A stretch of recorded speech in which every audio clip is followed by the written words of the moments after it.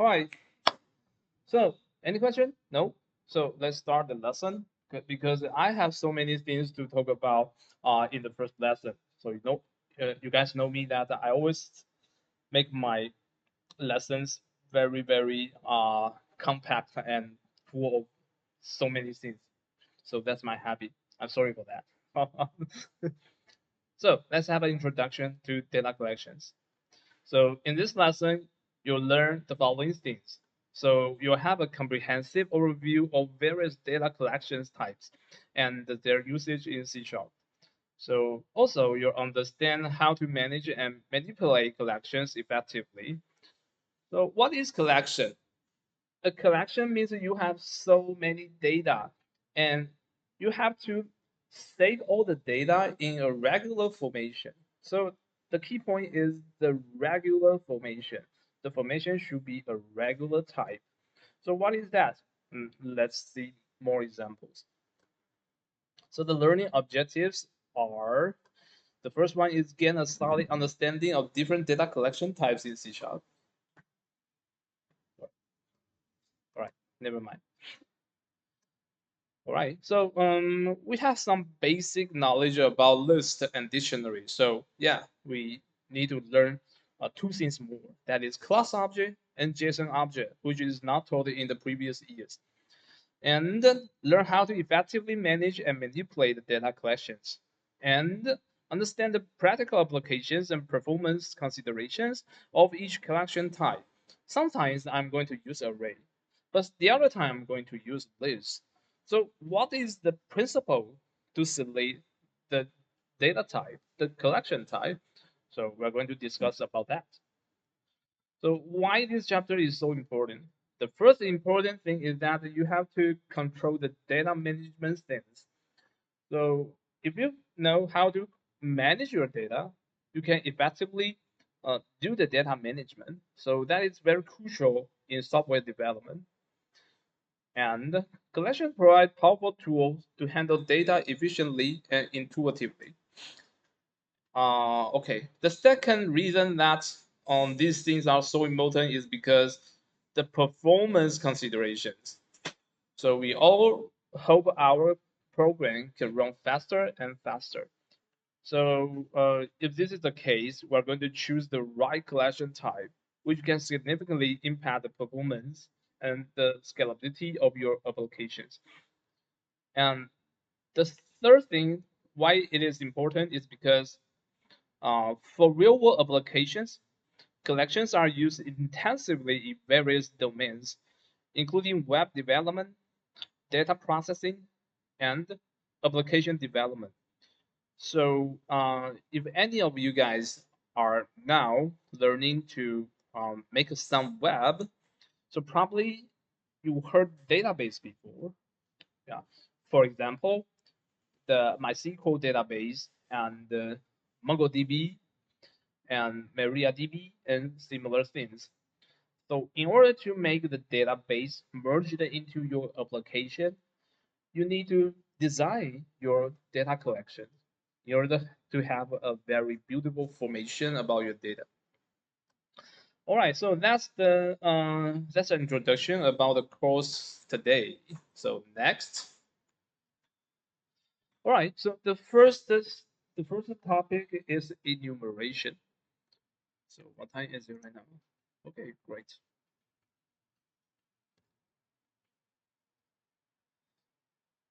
11. So before we explain the reason behind, I think it would be better if we can have some experience before. So I need your help to open your Unity 3D, or if you never open a Unity 3D editor, maybe you can open the computer over here, and we have an influence over here, Yanlun. So you need to open the 3D.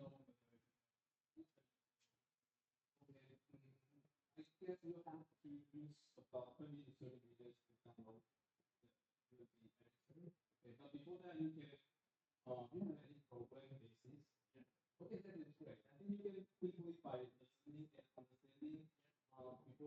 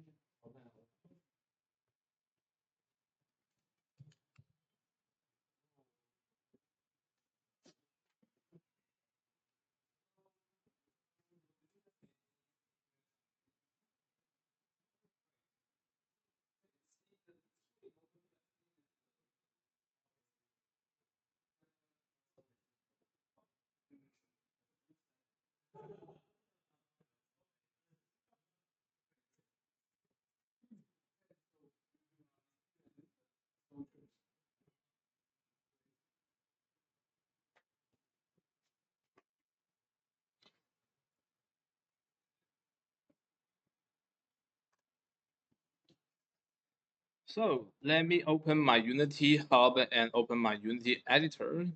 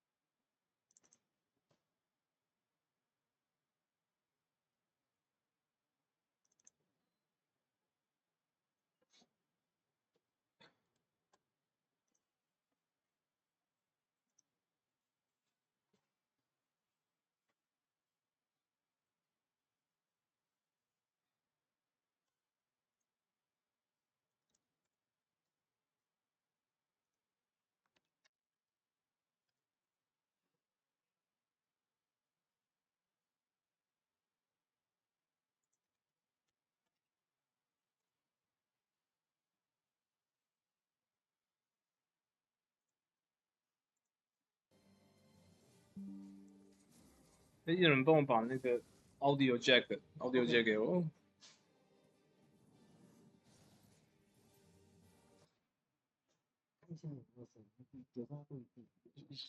先把它关小，放掉。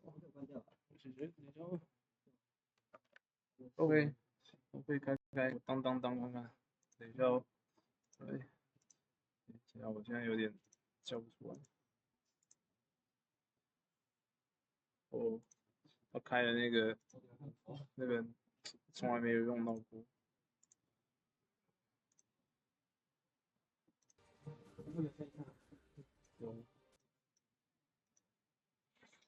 Okay, so if you are also a gamer, probably you notice that there is a new game released by China. It's called the Black Myth Wukong, the Black Myth Wukong. But the Black Myth is not the first ARPG to use the fractal narrative. Well, I don't know how to translate the Chinese term into English.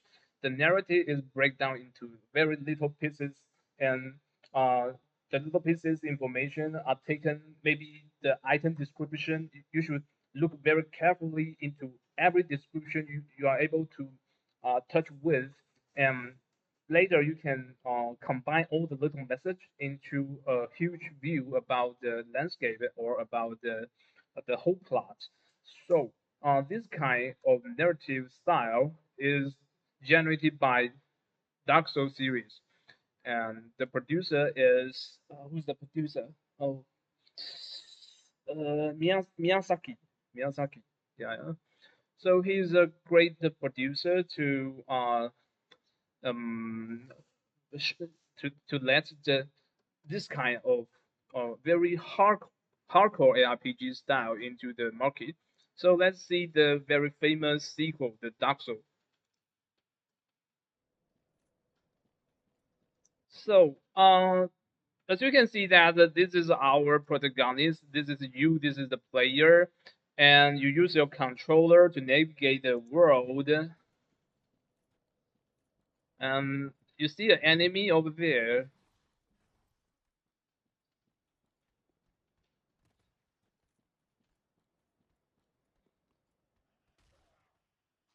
Oh. Okay, now you meet the first boss, this one.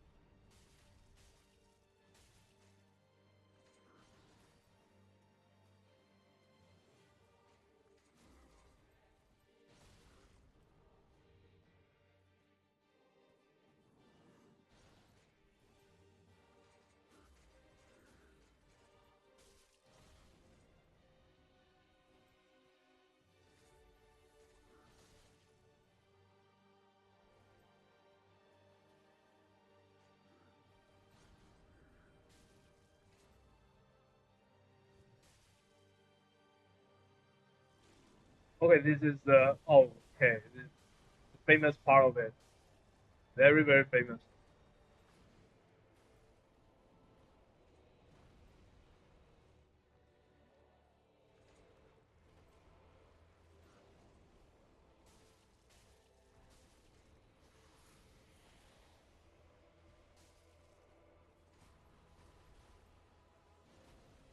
All right, so we're not going we're not going through the end to the video. Okay, so you can, if you are interested in this game, you can buy one and maybe play in your home. Um, but why we are going to talk about this game? That is because I think this is the best practice and best example I can have in all the released commercial games. And the first thing is that the scene design is very beautiful. You can see that there is an open field over here. And you can watch the VV sky, and that's a very enjoyable scene over here. But on the other hand, you can find some tombs or other architectures, all located on the slopes, and there seems to be a cabin over here. Okay, so I think the scene is very stylish. So you can learn a lot of scene design from this game. Uh, on the other hand, most of the ARPG right now, they all have huge bosses. Uh, they are intentionally emphasized in its size, at least twice as large as your protagonist, at least twice large to your player. So no, this one is also a huge boss. And after that, you can see the boss turn into something like a snake. This one. And if you look carefully to the skin of this lizard or snake, you can see his skin is like flowing, and some liquid effect shines on his skin.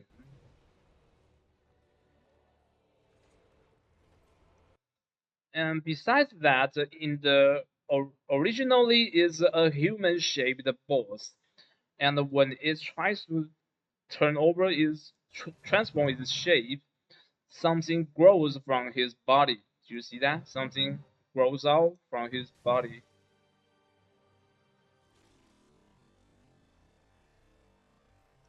So how to do that? That is vertex animation. So all the vertices of this snake is squeezed and compressed into the body of the boss. And when the time triggers the laser, all the vertices grows out, and you can see the whole model over here. It's a skeletal mesh, it's a skeletal model, but initially it's all squeezed into a very tiny space, so all the vertices could be stored into the body of the boss. So that's a very interesting vertex animation. All right, so maybe it's a little bit scary, I know that, but most of the ARPG are scary. Okay, all right. So if you're interested in Dark Souls before, and maybe you had passed all the levels of Dark Souls series, now let's see a data sheet behind Dark Souls. So this is download from the internet. Maybe it's not the original design document. This is some community shared information about the game data, but we can find some interesting things in the data sheet over here. For example, let's open the NPC IDs, this data sheet. So that's it. So in this data sheet, you can see several kinds of enemy. So this is where the enemy shows, and this is the type of the enemy, and this is the ID of the enemy type. So as you can see, we have so many different kinds of enemy. So for software designer, we don't want to put this information into different details of the game design. We want it to be a whole table in order to for better manipulate. For example, if I feel the boss is too strong for my friends, maybe after a little survey, I found that the boss is too strong for most of the player, then I can go back to the sheet and just tweak the correlated data correlated to the boss without modifying any other unrelated data. So that is very good for software designer. So today we're going to talk a little bit about how to make this kind of sheet. Let me take an example for everybody.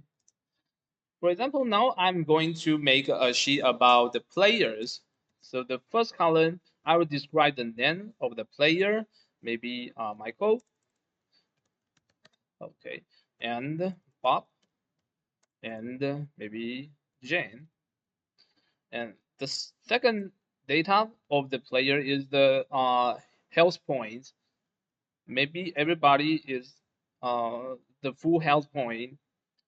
They all have 100 points as their HP, and maybe they have some experience points. Maybe Michael has 200 and Bob has 77 and Jane has only 5, something like that. And the last field, I call this field is healthy. If the character is healthy, then I will write a healthy in this field. If the character is sick, I'm going to write sick in this field. All right. So the problem is like that. Do you see any problem from this table? Do you see any problem from this table? All right. How do you see?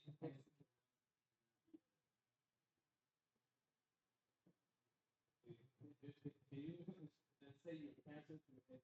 Okay. Text cannot be database. It should be like a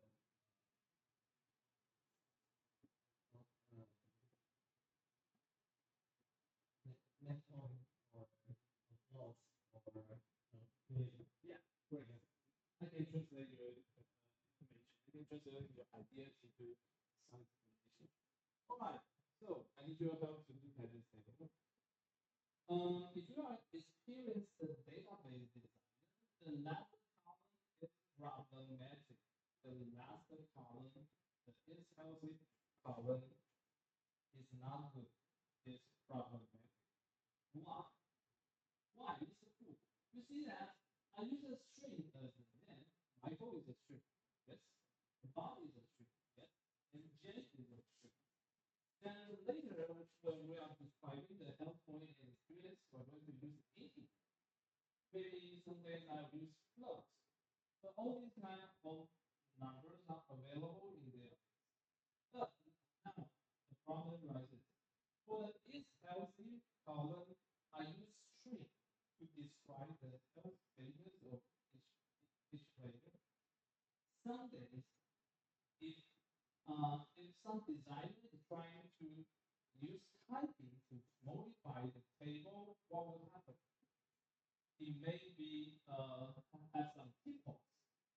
It may have some incorrect typing character. For example, it misspelled the C to be SYCK. It misspelled the SICK into SYCK. That's not correct.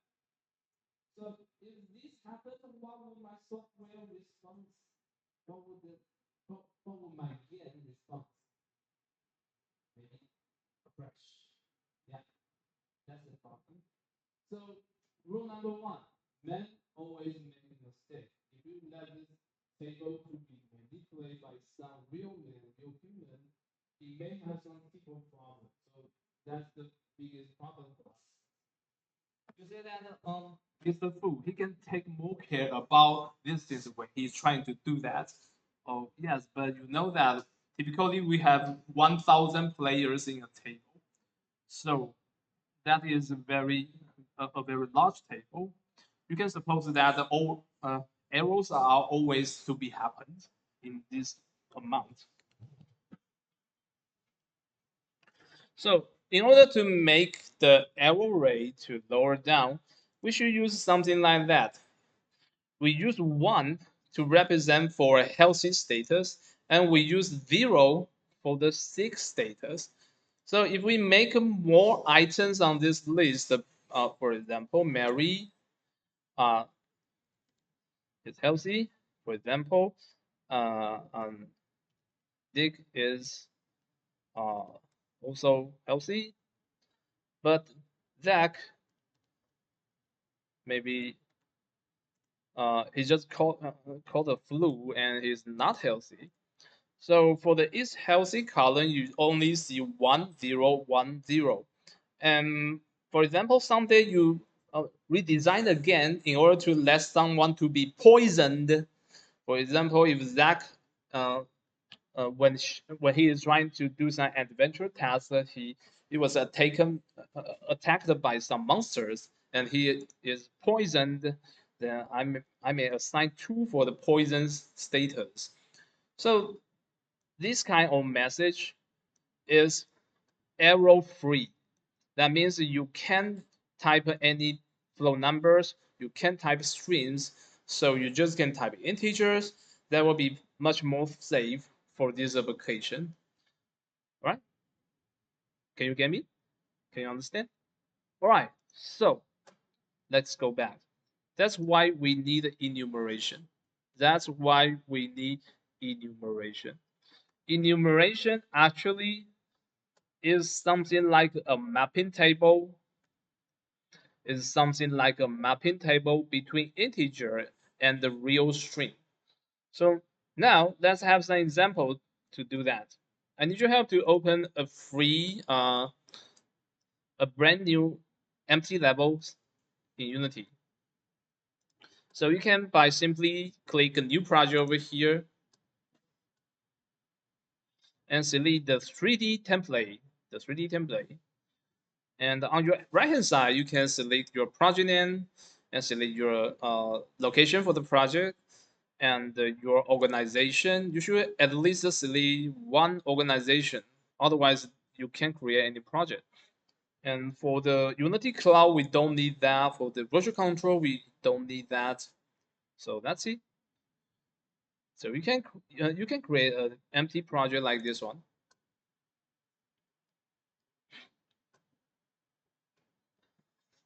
All right, so we know that in Unity, the C# script are run as a component of 3D object. For example, I can right click over here and select 3D object to add a cube over here.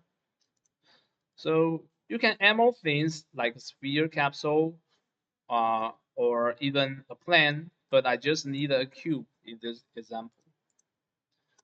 So after you select the cube, you can double click in order to have a better glance to the cube.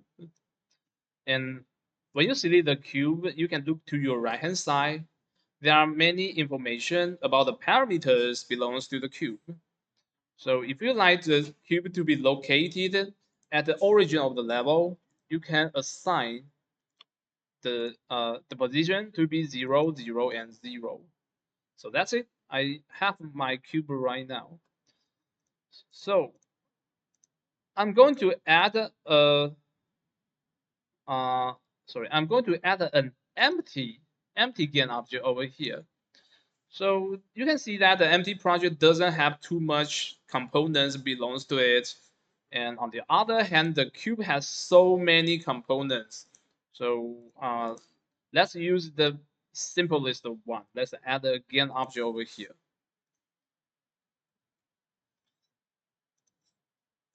Okay, right now everything is ready. We can add a custom script over here. So in this example, I need your help to add a new script with the name enum underscore 0 and 1. Enum underscore 0, 1. And then select new script, create.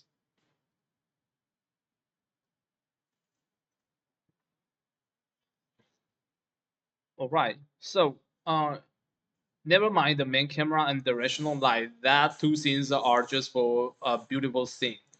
And you can even delete the main camera and directional light, and the thing will work properly still. And all we need is to add a enum1 to the empty game object over here.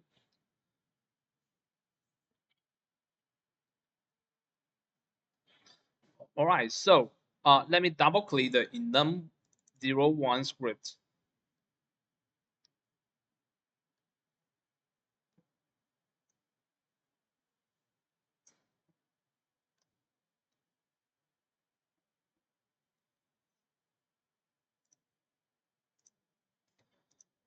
Okay, so if you have any experience about Arduino or processing or P5.js and Unity, you'll know that for this kind of game framework, they have two different functions as a default function. The first function is a run for once function. Run for once.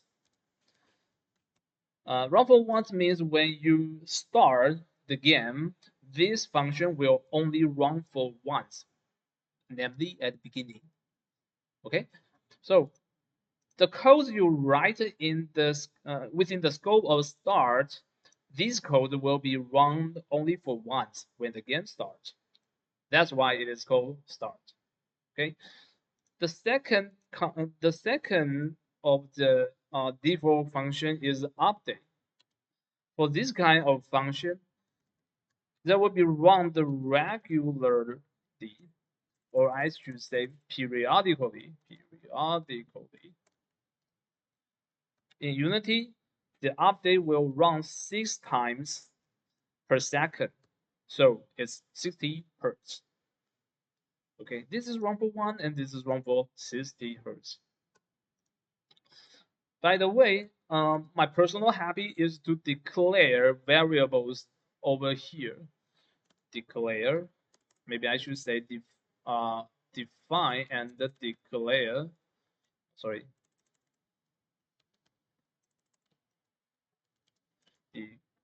declare and define variable here. So maybe you may see I declare a variable x as an integer like this. public integer x.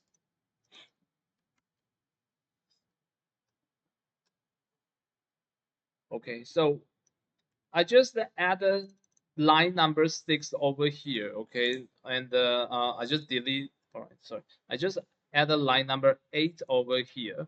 So when you add a new line, make sure that you press Control and S to save the code. Now some magic will happen. So let me go back to the editor. Watch here, watch here, watch here. Okay, so as you can see in the editor, it has a new field exposed to the editor. It says x equals to 0. Okay, that is pretty good because what you declare over here will be shown in the editor. You can even declare the second integer as y and press Ctrl S and go back. And you'll get a new column over here. Oh, that is very good. So what you type over here will be received uh, by the code. You can pass a real value. You can pass some values to the code. You can even pass a string, but you have to declare first.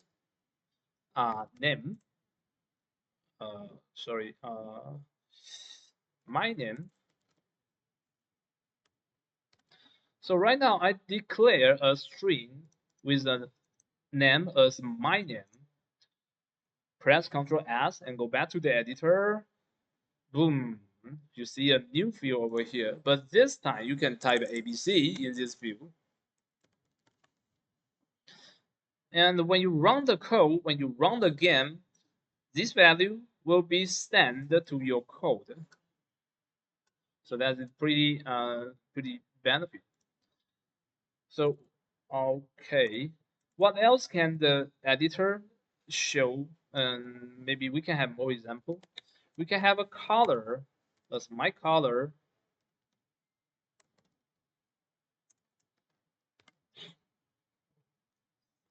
So the big C, the color over here is a class which is defined by Unity engine by this library.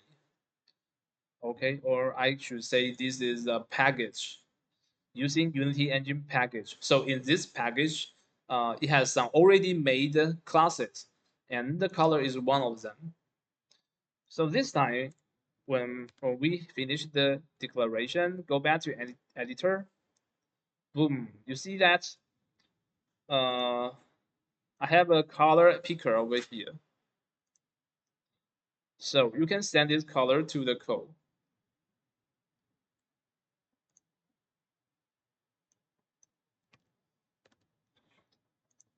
All right, so the problem is, Mr. Fu, can I make a drop-down list in the editor?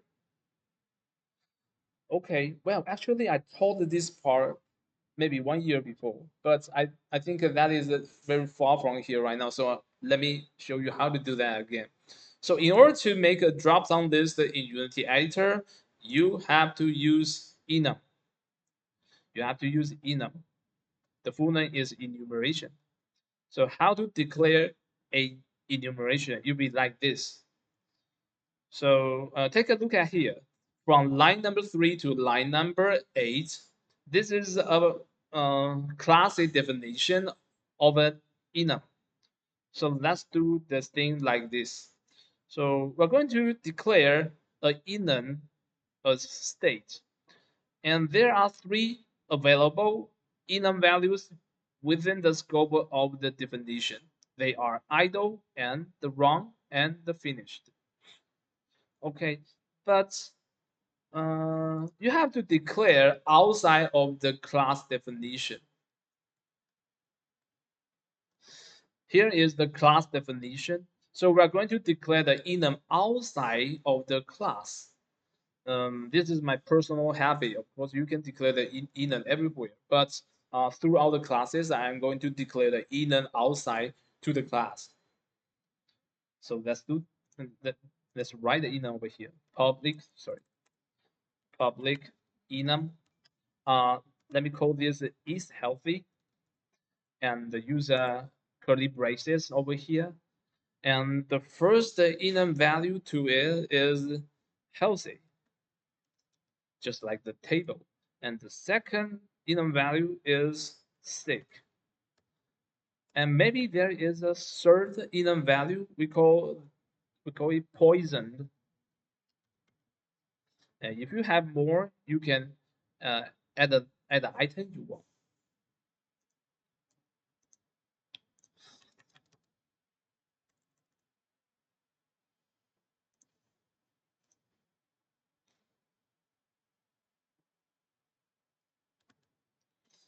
So actually, the code will express the enum value into integer. So actually, 0 equals to healthy, and 1 equals to sick, and 2 will be equal to poison.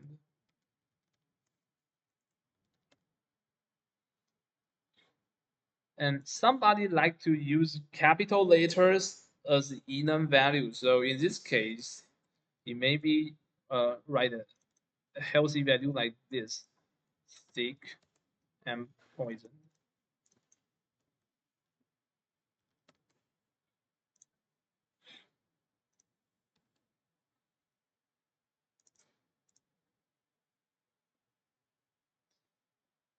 Okay, so when you want to use this enumeration to define a variable, you need to do you need to do these things. Okay, so right now I'm going to add a value in line number 19. I'm going to declare a public is healthy is uh, healthy health. Okay,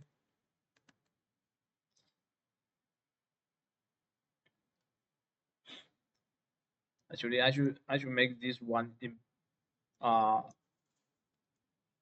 in a capital I over here, and for here I use a small letter I over here. All right, so the most interesting is over here. Okay, in the update function, we're going to print the is health value onto the console. Right. Now let's run the whole code.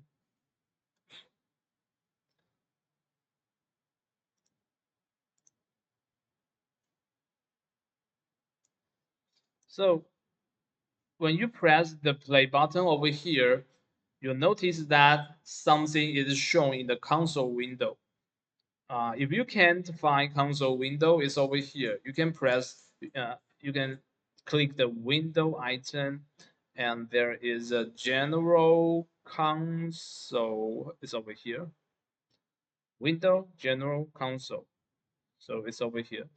So as we can see that it periodically generates the same message, and the message says healthy. Okay, right now, let's drop down. Let's open the drop down list and change the option to sick. Wow, so as you can see that now the console has a log which is saying sick. So let us do that again. So this time we select the third option over here. It's poisoned. Oh, great. Now the console shows poison.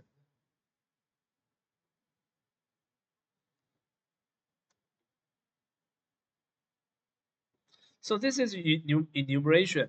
Look, I will no more to take account for the typo problem anymore. If I use the architecture like this, all the drop-down lists could be selected, uh, not to be typed into. So I don't need to type all the character for all the options. Right now, I just need to select. So this is error free. That's it. If you want to assign the value to the enum value, you can use is healthy dot sick.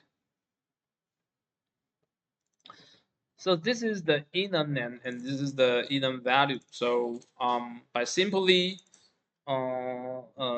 declare the variable to be this value, and you can assign seek to the is held. So run the code again. So this time, no matter which option you selected in the editor, the option will be override as seek. Okay, that's it. All right, so let's have a 10 minutes coffee break. Okay, 10 minutes coffee break, and we'll get back 10 minutes later. All right.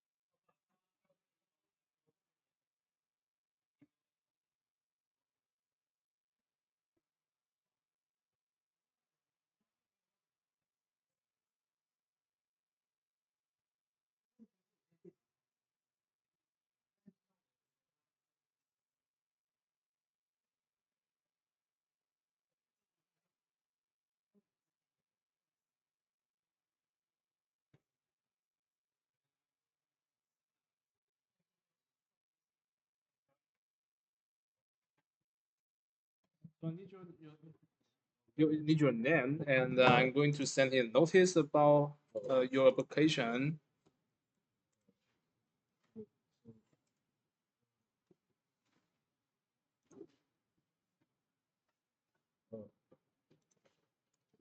Okay, wait for me, please. Wait for me.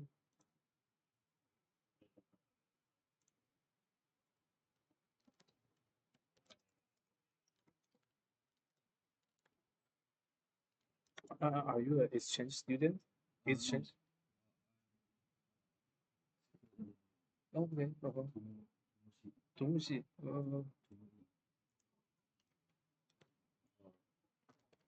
So what year are you a freshman? Freshman season? Okay, okay. So my reason to came here is just I want to ask my help or Enrollment. so actually my question. So my main goal is to drop the local calculus and exchange into international calculus. Okay. But now my credit is 70. Actually, this is the main goal. But Yes. but I cannot drop because Uh-huh. when I drop the calculus, the local calculus, Yes. it becomes 14, right? Yeah. Uh-huh. Uh, So you are lower than the yes. after the credit. So I know your class. Mm. This class is full, right? My class Uh, right now or post class I mean, post class is like three. Yeah, three credit. it's in month, Is it? Oh, okay. full, like full, right? So I need to just like temporarily to join your class and accept. So my credit become 19. Oh, I understand. You have to meet the minimum requirement at least Yes, yes, at the yes. beginning of the Because semester. in the system, it Yeah, it will not allow you to select too little credits. yes. Yeah, I know that. Okay. Because I searched that your course credit is two, right? It means my current credit is 17, and if I join by joining your class, it becomes 19, and therefore I can drop my local calculus because the range credit is like 16 to 25, right? Okay. 19 minus by 3 is 16, so it means I can drop my local calculus, and then I could add my uh, international calculus. Do you know what I mean? I have a little bit difficulty to understand that. I think I can do a favor because I'm also teaching right now, so I don't have enough time. So I can notify about your email to Mr. Paul. Okay. 现在来修您的课，他有几 email. So would you please type your name over here? Type your name over here. It is right now. You can type it.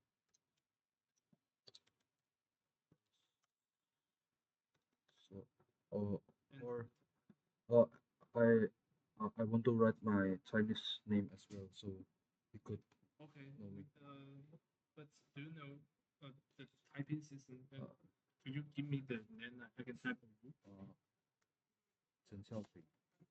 陈小平。When is the delivery time? Today? Yesterday at 10.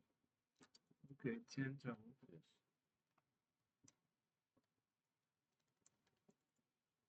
Okay, I think when he get the message, I can talk a little bit um, information which you just send me, and I can deliver the message for you. So that's I can do for you. Okay, okay. Thank you. Thank you. You're welcome. I think everything will be good. Okay. Thank you. Okay. You're welcome. Thank you very much. Okay. See you next time. Bye.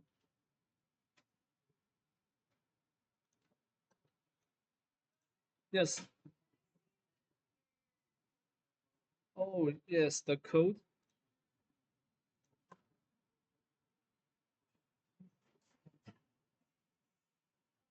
Okay.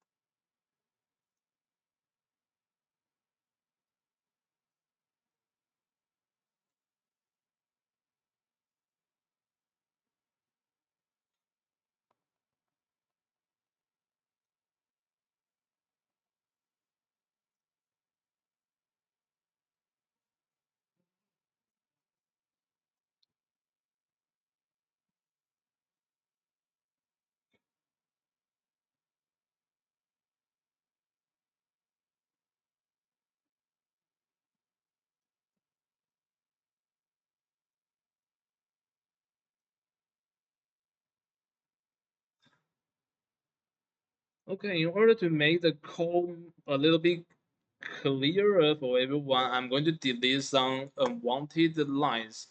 And those lines are not used throughout the logic over here. And I just need this is the minimum codes over here. All right, so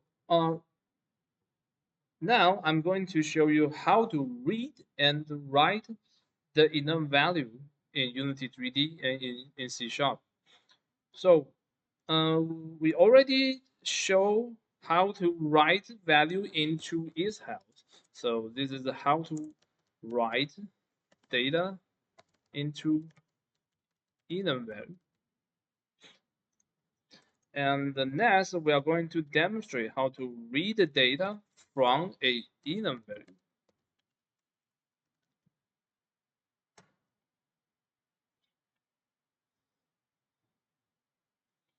Oh, sorry. Actually, this is over here. We just read the enum value by print, but this is too implicit for me. I'm going to clearly ask the enum value to report is string to me.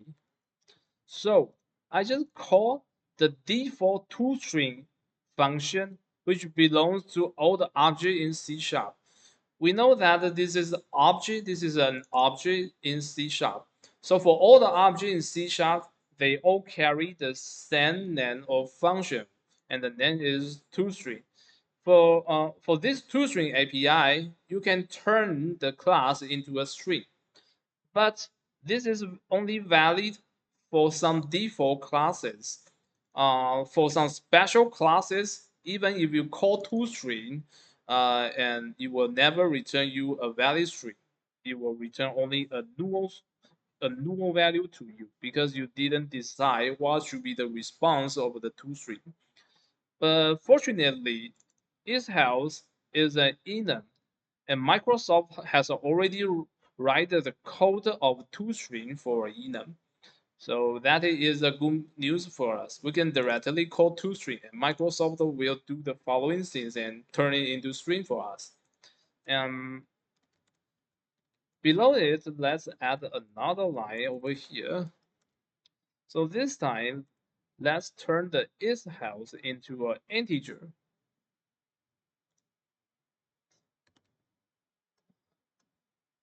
So this is called a explicit cast of data.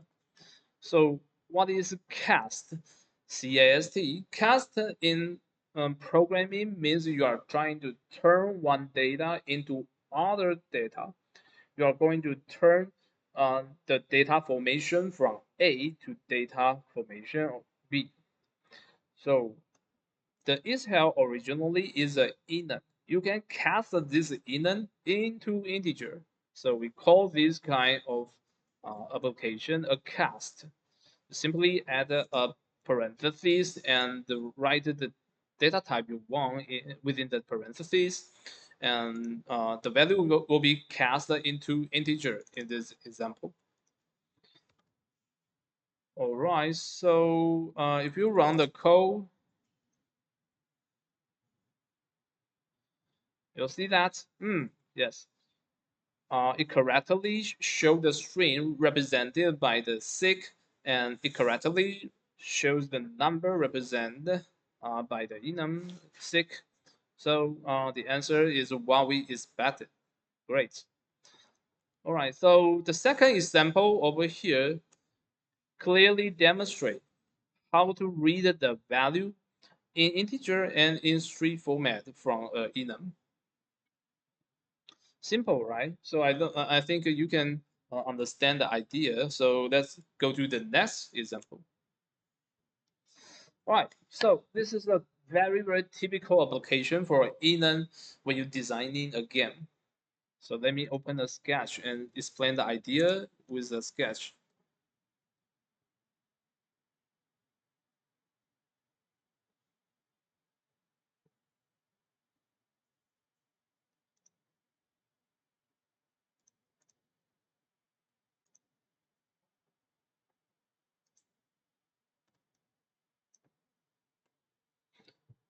All right. So,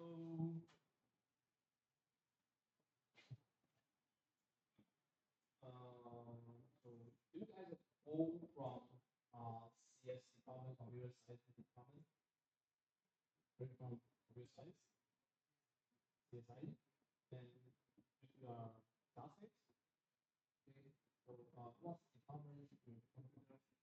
Yes, okay. And what department you come from? CS? Okay, good. That is, I don't need to spend much time to explain that. Fine. I'm trying to explain what is a GAN loop. What is a GAN loop?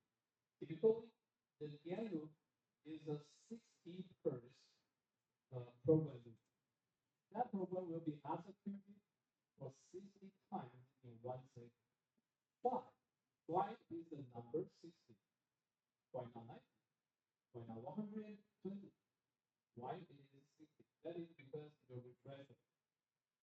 The monitor refresh rate, the typical refresh rate for monitor is 60 hertz.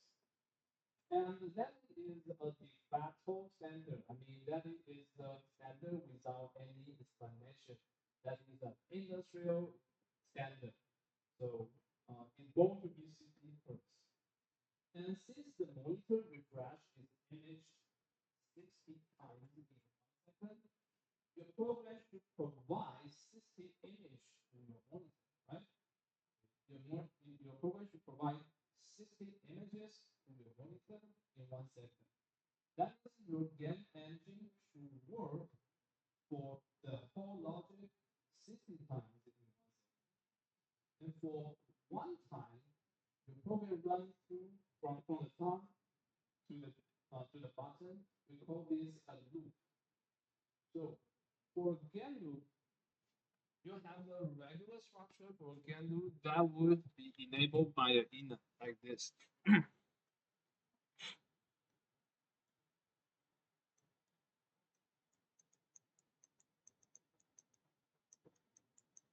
So this is when the game starts, and then it runs into your whole game logic.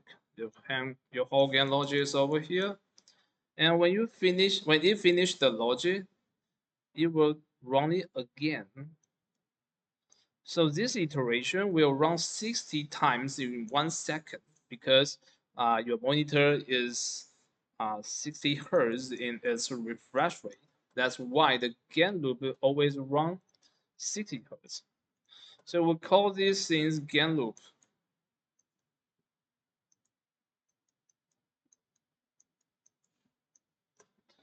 All right, so now let's have an example. If I'm going to make a tempo run, you guys know tempo run is a loop again. And before the player is moving forward, I'm going to let a countdown. I'm going to introduce the countdown state in order to clearly show the tempo and show the timing the player can run again. So I'm going to split the game status into three different status. So in the beginning, the player is over here. He's standing still and he's just looking forward. And next, when he's able to run to the end, he's trying to do his best to run to the end. And at the final, uh, he didn't make it. He didn't run to the end, and he's dead. The game is over. Okay, so I called the game when he is waiting to run to the end. Or call this state to be ready state. And in this state, I call this state a run state. And in this state, I call this state a game over state.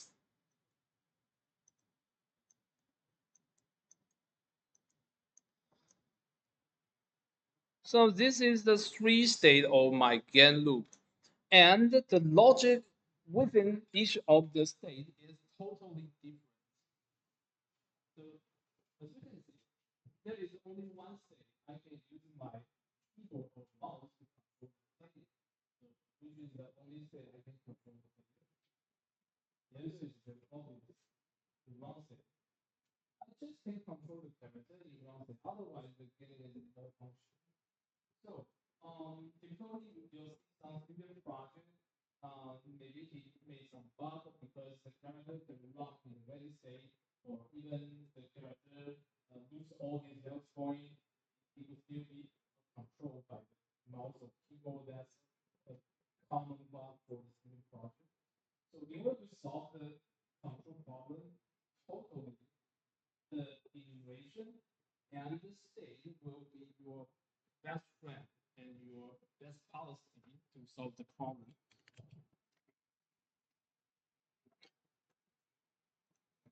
Okay, uh, this slide.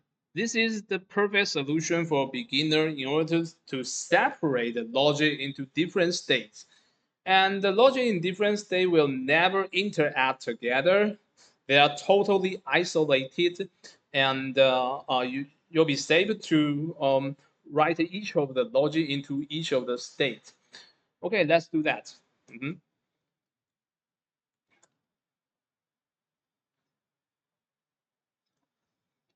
Okay, let's go back.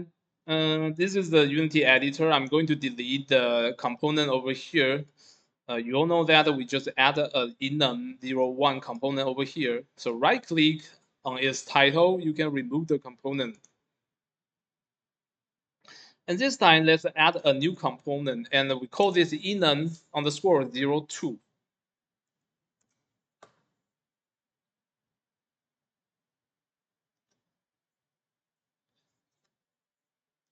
And double click, I'm going to initiate a brand new code over here. Okay, now I'm going to show you how I run a game loop template every time I make my game. So this is a routine work. When I'm making a new game, I always design this kind of structure, the structure you'll see later. And this is a scaffolding, and this is also a skeleton for my project. So in the beginning, I'm going to define the state of my game. So I'm going to use a public enum.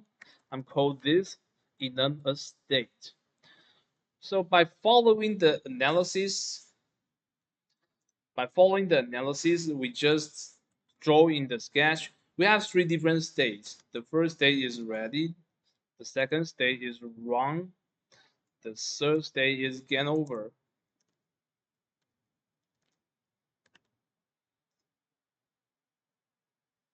Of conflict. Where did I?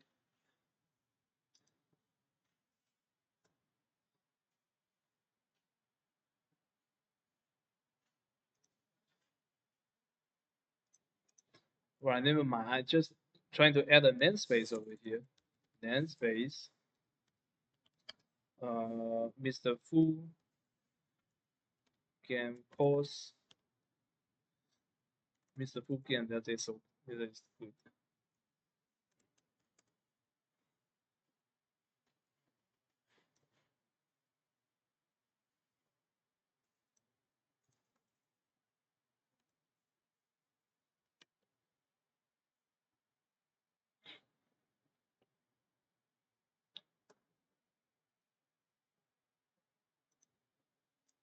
All right. So this time I don't need the start. I just need an update.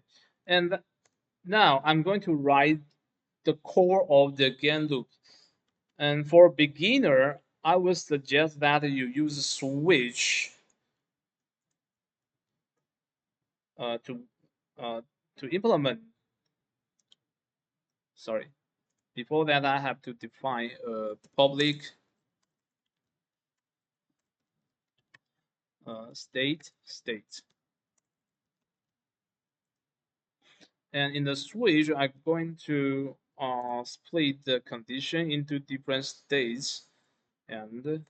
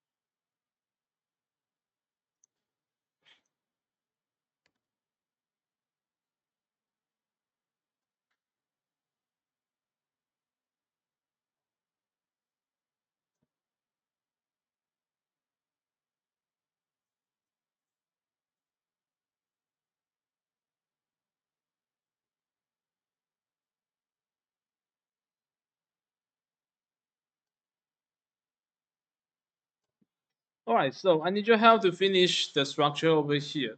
Actually, this will be listed in this page of slide.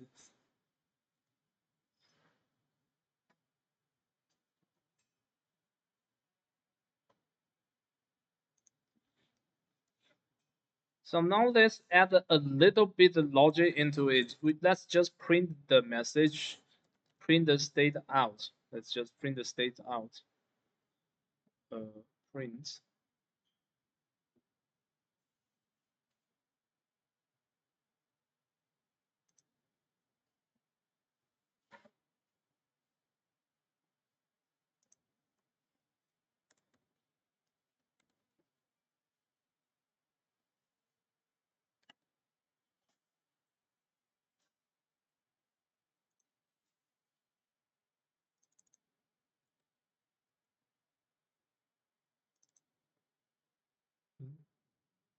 Just delete.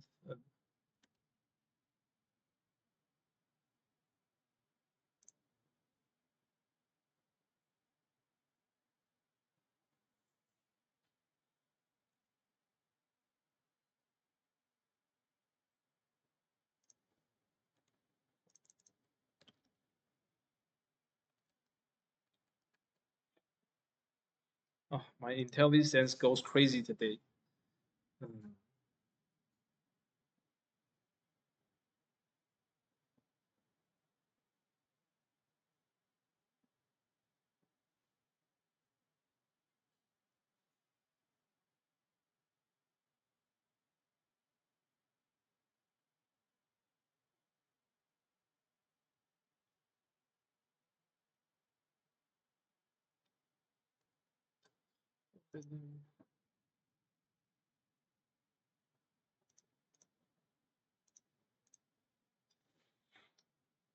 Okay, I need your attention over here. So this is the final outcome. When you finish the code and when you press play to play the game, you'll notice that you can switch the current state in the editor, and whenever you switch the state, whenever you see any options, you'll be able to see corresponding messages shown in the console, like this. Okay, so that means corresponding message is executed within the correct scope. Of course, you can type some extra message like a print. This is ready state, like that, and in here you can print this is running state, and for this one, you may say boom, game over.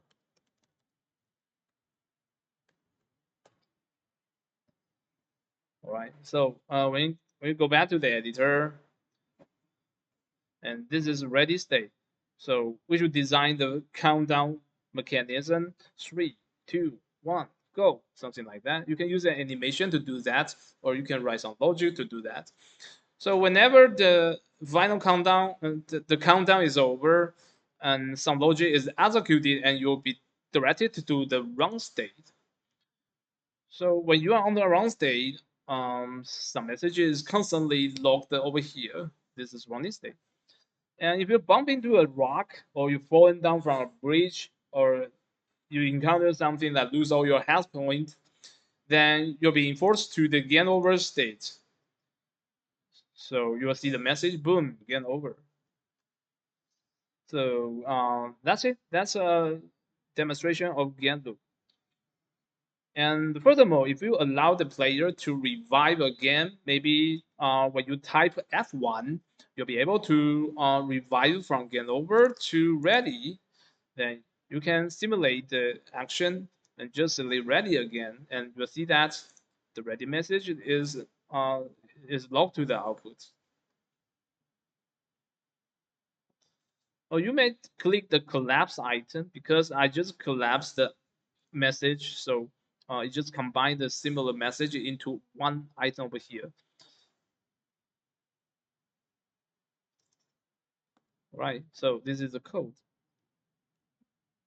So with the help of this huge switch, we can uh, we can carefully design the logic for any of the states. But this is not a formal pattern. Actually, when you're designing a game loop, you're going to use the finite state machine pattern. This is an official software pattern. And we're going to introduce what is LSN in future class. But for fundamental logic design, you can use a switch because we don't have too much complicated logic in the class.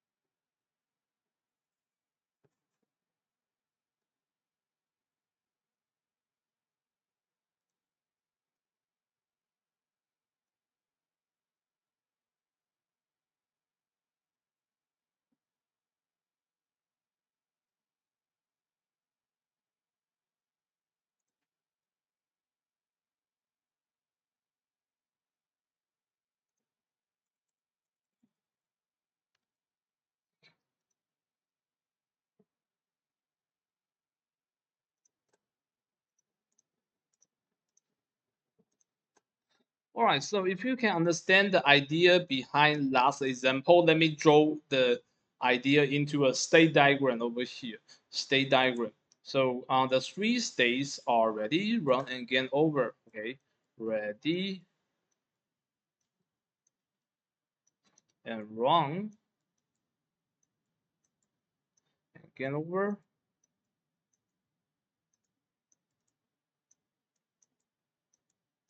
So these three white circles represent for three different states. Three different states. And between all the states, they are able to switch the states. But in order to switch the state, you need some triggers. You need some triggers. For example, this red arrow means a trigger. That means when I type one, whenever my keyboard, you know that I have a on my keyboard I have a button one over there.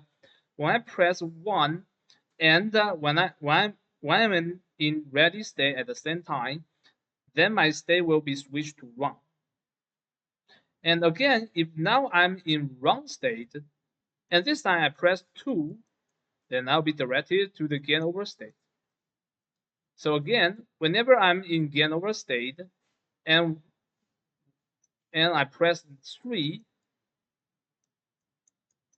I'll be directed to ready. How to do that? How to do that? How to do that? Now you finish the code within the white. Now you finish the code in the white state of the white. So very very simple. It just contains one line of string message with a line. That's fine. Right now, all the code we design is the best. So how to do that? Into the state.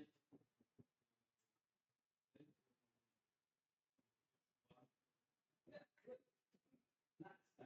That's what we are going to do. All right. I just what should we actually?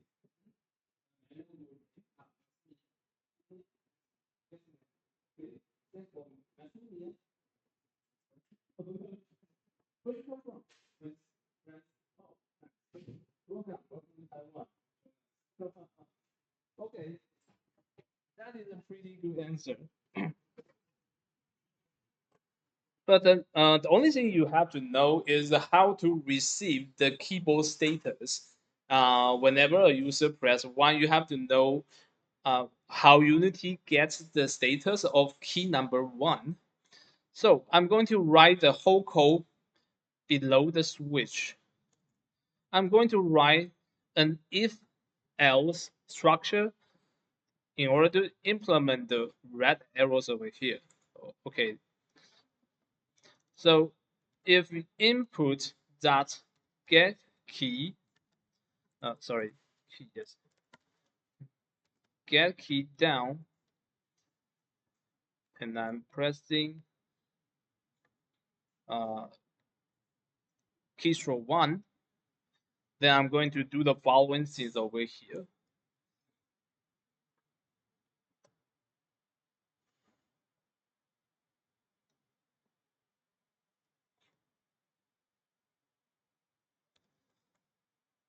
And furthermore, if the current state equals to state that's ready, then I'm going to switch the state to state that run.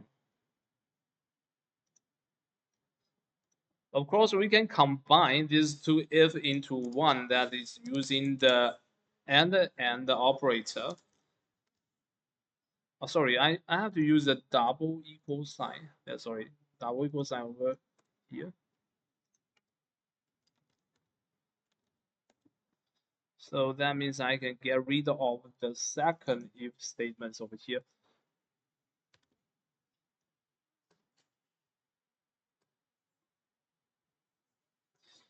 So if you finish the code over here, you can have a test right now.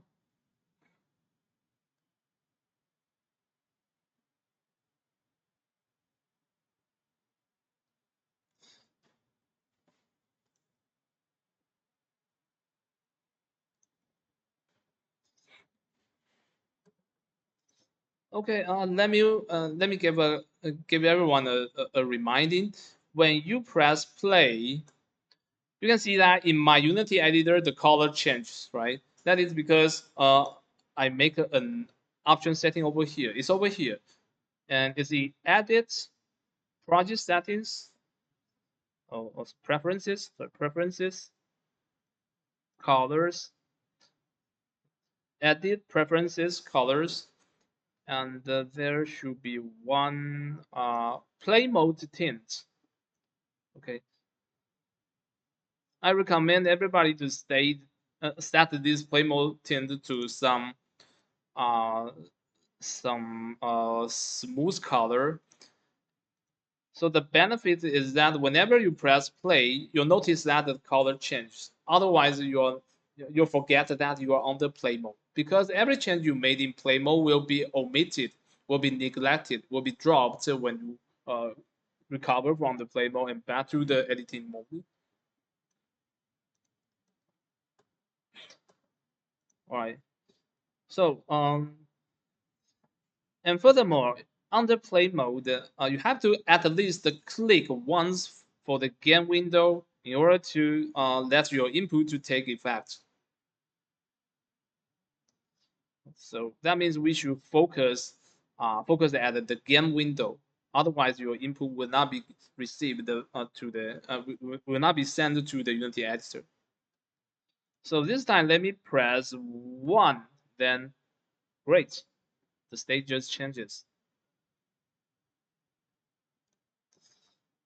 Okay, if your code works properly, and then I need your help to duplicate the logic and to finish the two other arrows.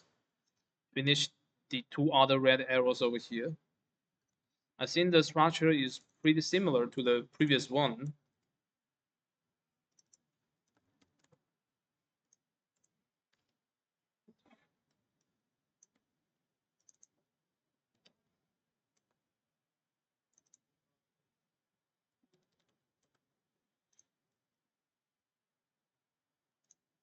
And somebody noticed that, hey, Mr. Fu, I noticed a room for optimization over here.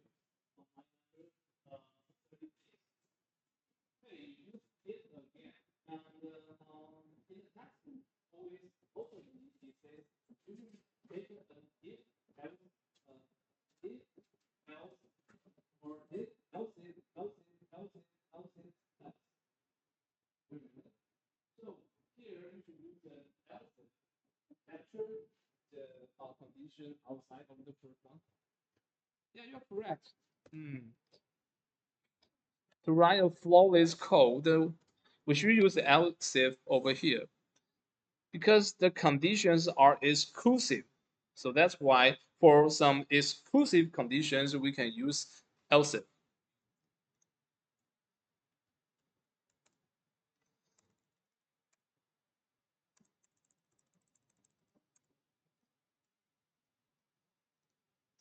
And since we used else if in this paragraph, we should put an else at the end of the series conditions over here.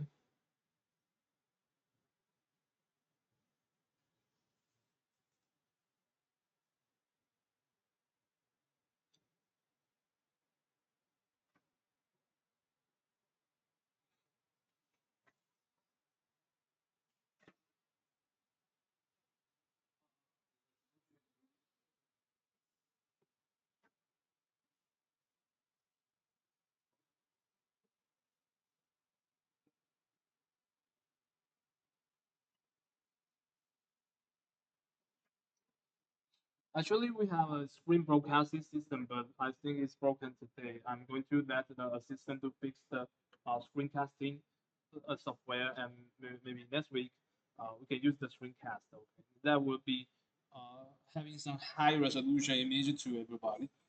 Mhm.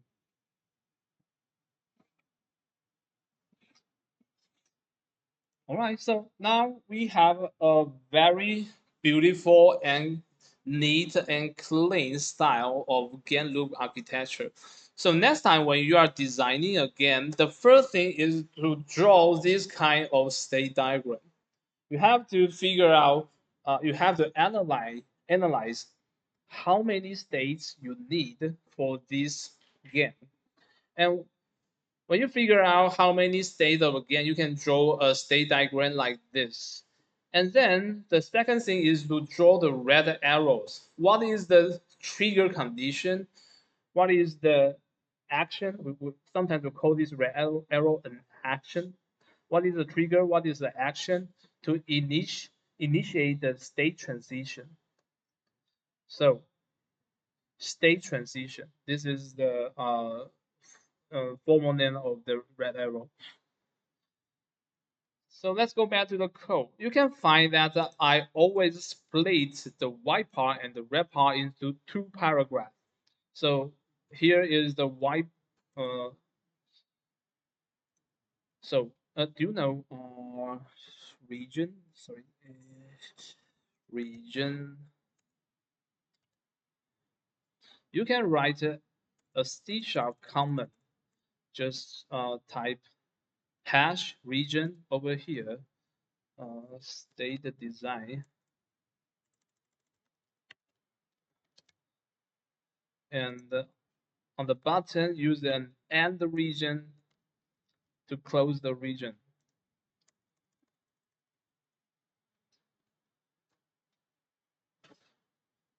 Region and the end region. So after you type a pair of region setting, you can collapse this part.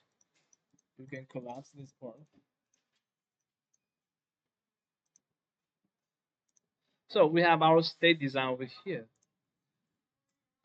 So for the following parts, we are going to define a region of the transition design.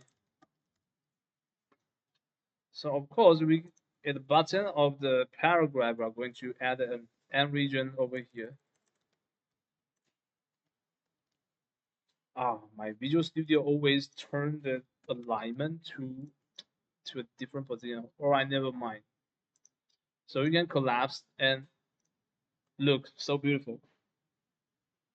So you have state design, transition design in different paragraphs. So next time, you want to change the transition logic to the standard transition part and modify the logic. And on the other hand, you're going to write more splendid and fancy and fun mechanism, or again, you just need to open state design and logic for it.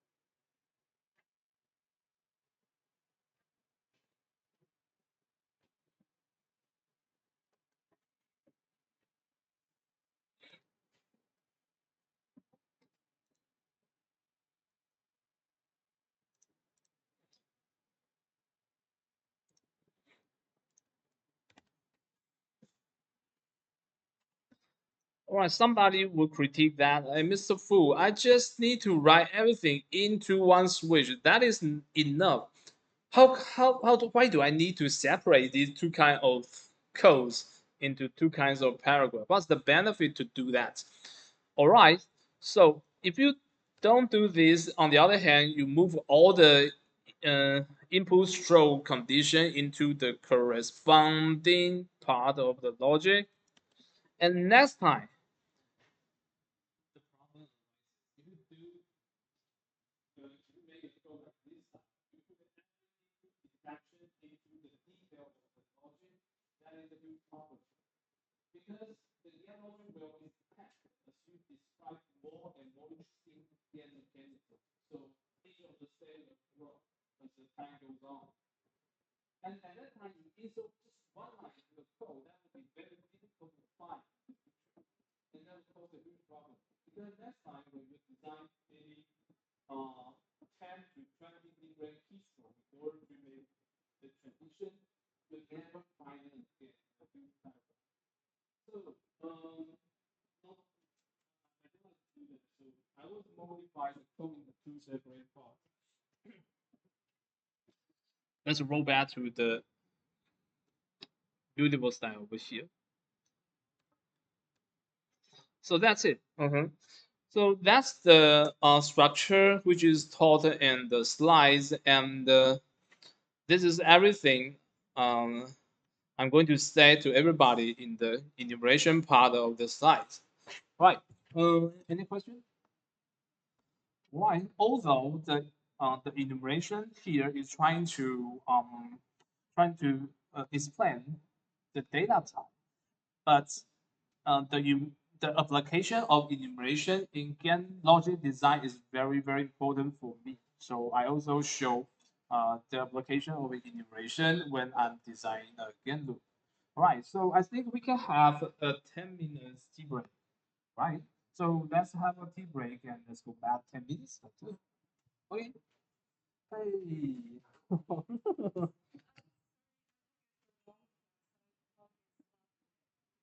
Okay, okay. Never mind. So may I know your name? Did you enroll to the class? Wait for me, please. So, did you see your name on this list or your student ID? This is my student ID, this one, the NT one. No, Yeah, this one. this But one. yeah, but it's without my name. Okay. It looks like on the system didn't capture your name, right? Maybe, but that's my student ID. Could you please type your name Yeah, for sure, me? sure, sure. Yeah.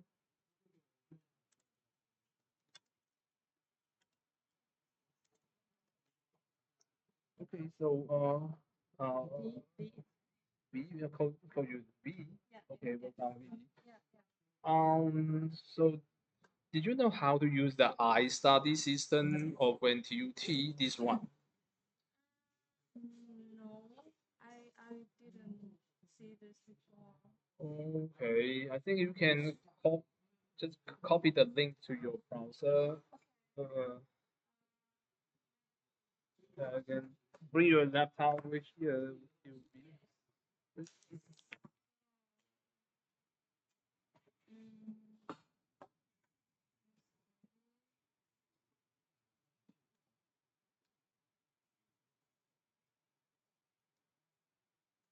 non-index. Just the domain Okay, name part is okay. yeah. Yes, yes. Because you have to log in. Um, And you have to use wait, let me find one. English version. Maybe Chrome, because I have the same I think we have English version, but let me check.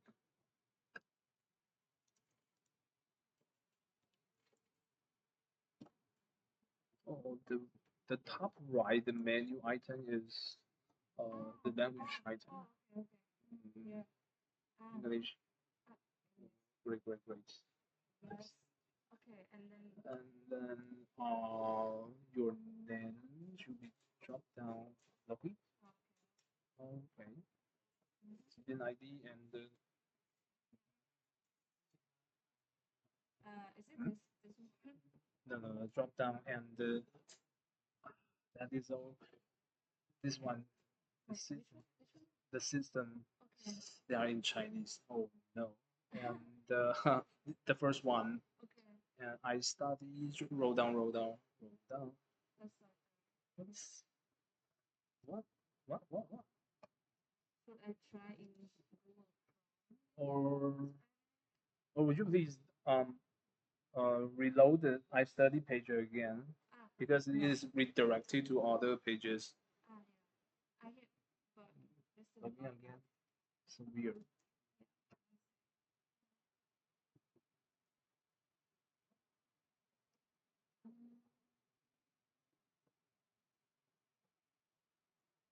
Wait.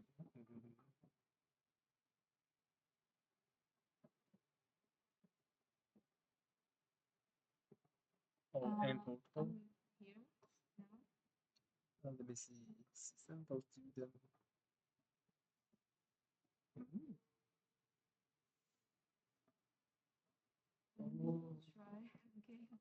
Would you please just finish the whole web link? Oh no, I have several. But I can get. but Do you have any USB drive or I can share the slides with you? Yeah, I think I can have USB drive. So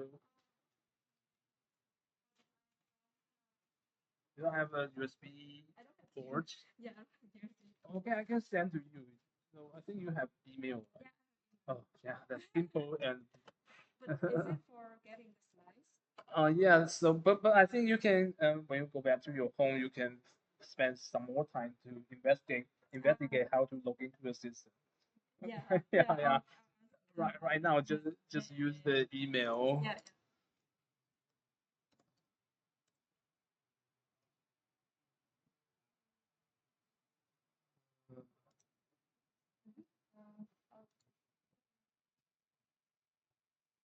Okay, would you please type the email address?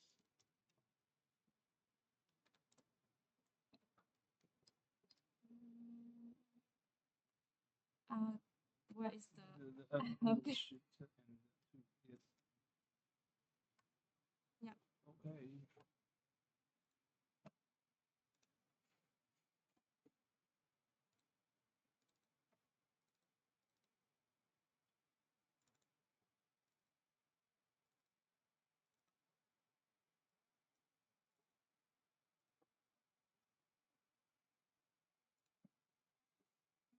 Hmm. Okay. Mhm. Yeah, yeah, yeah. Do you have any fun basics about programming?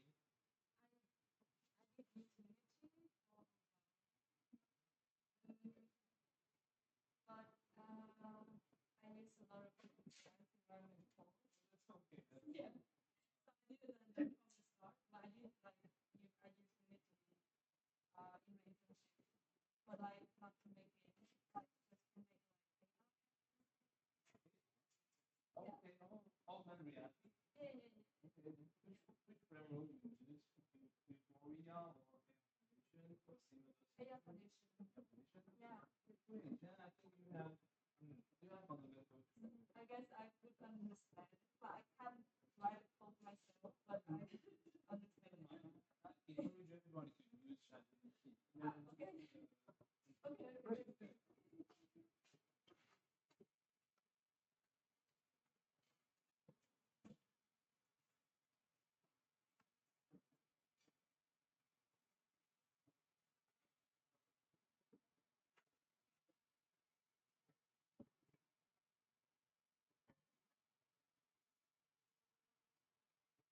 Great.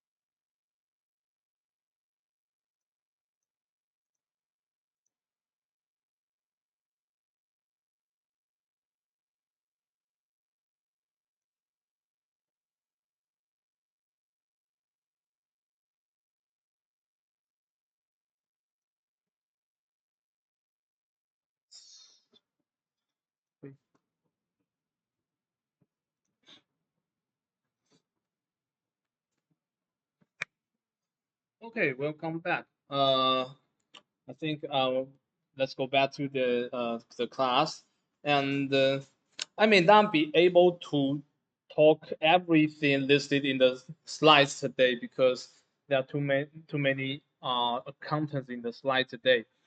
But at least we can finish the list and dictionary part in the PowerPoint. And at least we should finish these two categories of data collections. Okay, so let's do it. So next we're talking about the list. Okay, so I think if you have some experience about making an application or a game in any kind of program, the data collection you encounter should be array, right? Array. And later, you know that there is an advanced type of data collection whose name is list. That's a typical progress when you learn any kind of program. We always learn array first and list second. But what are the differences between the two? What are the differences between array and list? Okay, the lesson here, the most key important feature that the learning goal here is to distinguish what is array and what is list, and when to use array, when to use list. This is a very important thing to learn. All right, let's go back to the content over here. The first thing is what it is list, the usage and performance considerations. Usage. Lists are dynamic collection that allows you to store elements of the same type. Okay. They are useful when numbers of element is not fixed. So we can add or delete it at any time. And you need the ability to add, remove, or modify elements hereafter.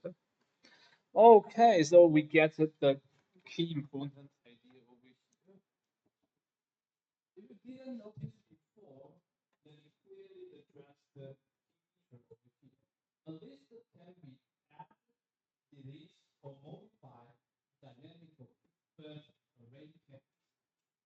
So, Manuel, how many of you guys learned C or C++ before? Please raise your hand. From your side, who learned C++ before? Okay, thank you. Put your hand down. If you remember uh, the example we learned in C language courses, um, there is an API called memory allocation, memlock. And what is the purpose of memory allocation? Whenever you need a huge block of memory, you always first need all the memory allocation and get the memory on hand and stuff data into it. If you don't do that, you'll have none of the available memory to store any data, right? So how many memory do I need this time? I don't know. I don't know exactly. I just grab a little bit larger chunk of memory on my hand, and that is to prevent the overflow problem, the data overflow problem. So whenever you are declaring an array, you always already know how large you want. Otherwise, you will cause a lot of consumption when you're doing the memory allocation. But on the other hand, for the list, you just have a head of the list. You can change the list later. So every time when you add a new list, you just share a little bit chunk of memory and at any time.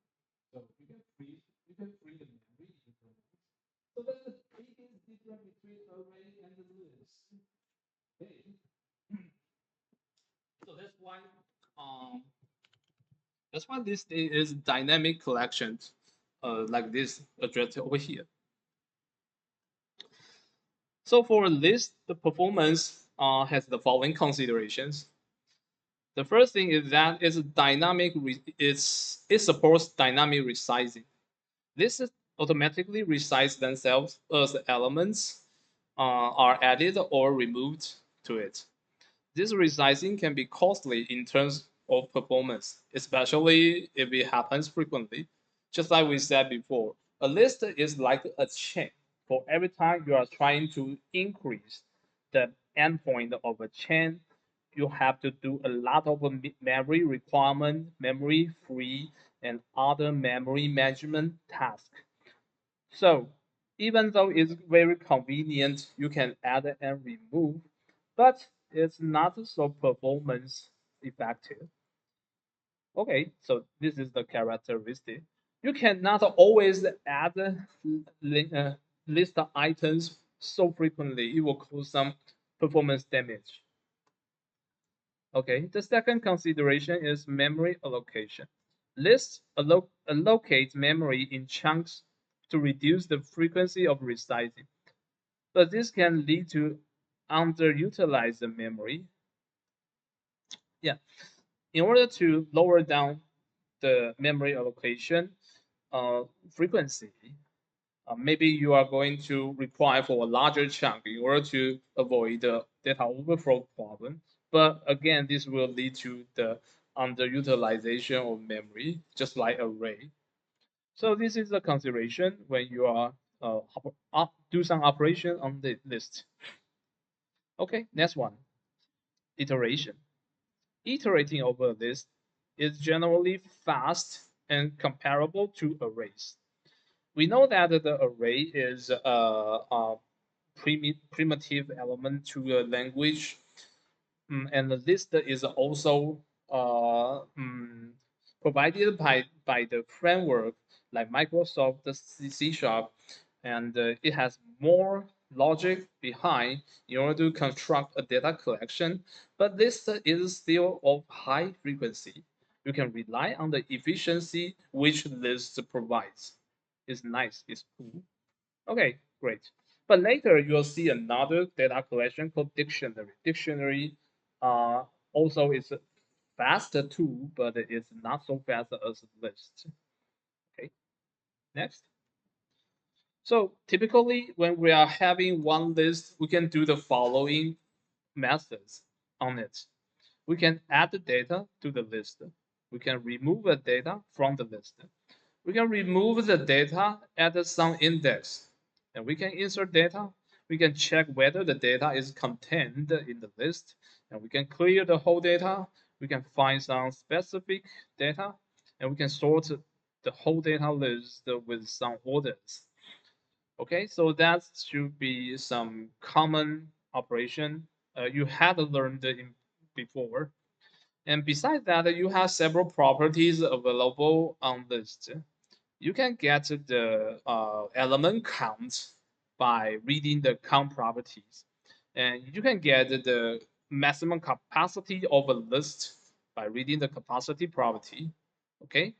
Although there are more and more property and methods which I didn't list over here, but the most common the common method and property you will ever think is listed over here. Great. Right. Uh, Okay, so this is the difference between list and an array. Let me emphasize again. For the array, once created, the size of an array cannot be changed unless you do the memory allocation and memory free task by yourself.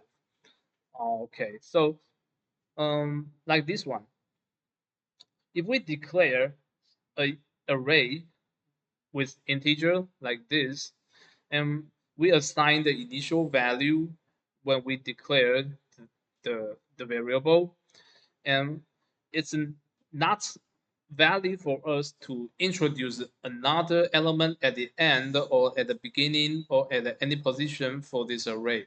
Not possible. It is always of length 3 from now on, unless unless you get a new memory and copy this element into the new memory, or you make some customized logic to uh, to make another class or your proprietary data structure. Otherwise, it's always have a length of 3. But for a list, the size is dynamic. For a list, it can grow or shrink dynamically as elements are added or removed. And for the performance, it's slightly lower than arrays. Just slightly lower than array. Okay. But for the use case, suitable for scenarios where the number of elements can change. So for example, if I declare a list of integer like this one, but at the beginning, I just added 3 elements into the list, but then later I can introduce and add a 4 at the end of the list, or I can add another constant into any position into the list, uh, what I to where I want. Okay, that's it. Okay, now let's do some exercise. Let's go back to Unity and delete the code here. Oops.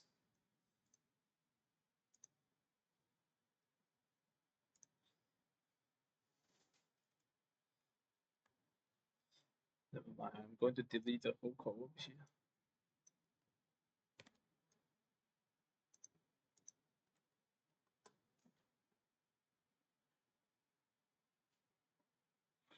Okay. Let's remove all the components on GAN object. We don't need the enum series anymore. Just delete them. So this time, let's add a new component. So we're going to call that list underscore 01. So let's add a new script.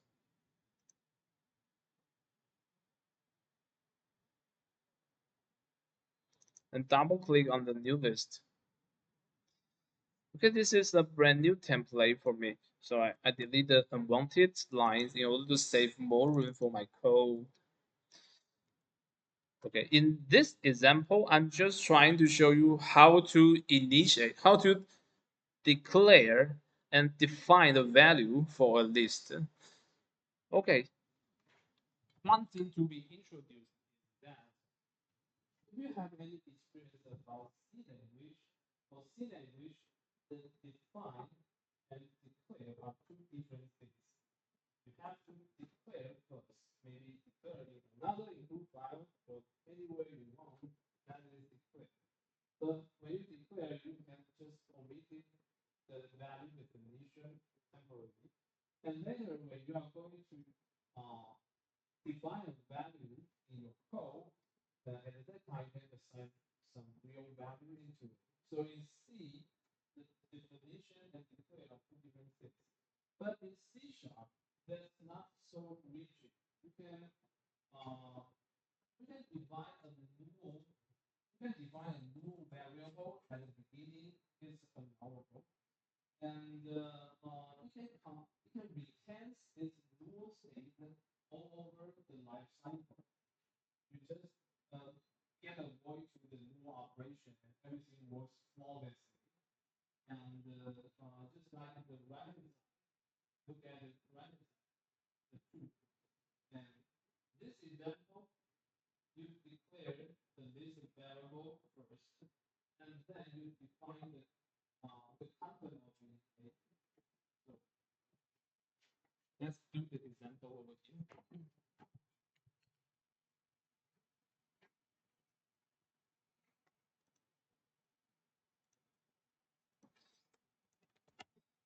So right now I'm going to declare a list. Sorry, this will be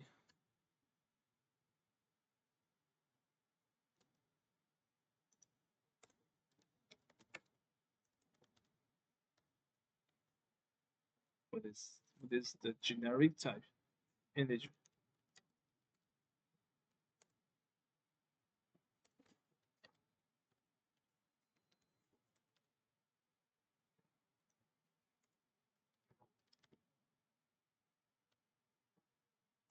So we declare first and we define later.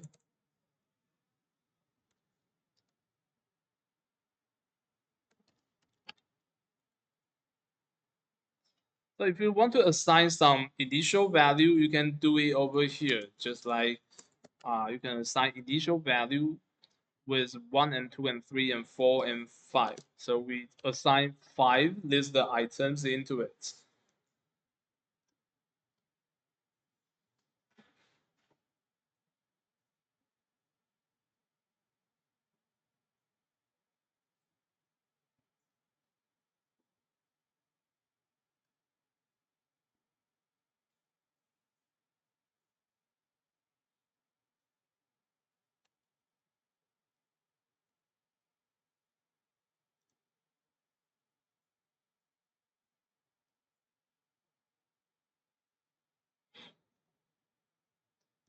But you can also directly combine the two lines into one. You can just do it in the beginning of the code. That will save a lot of room for you, just like this declare and define.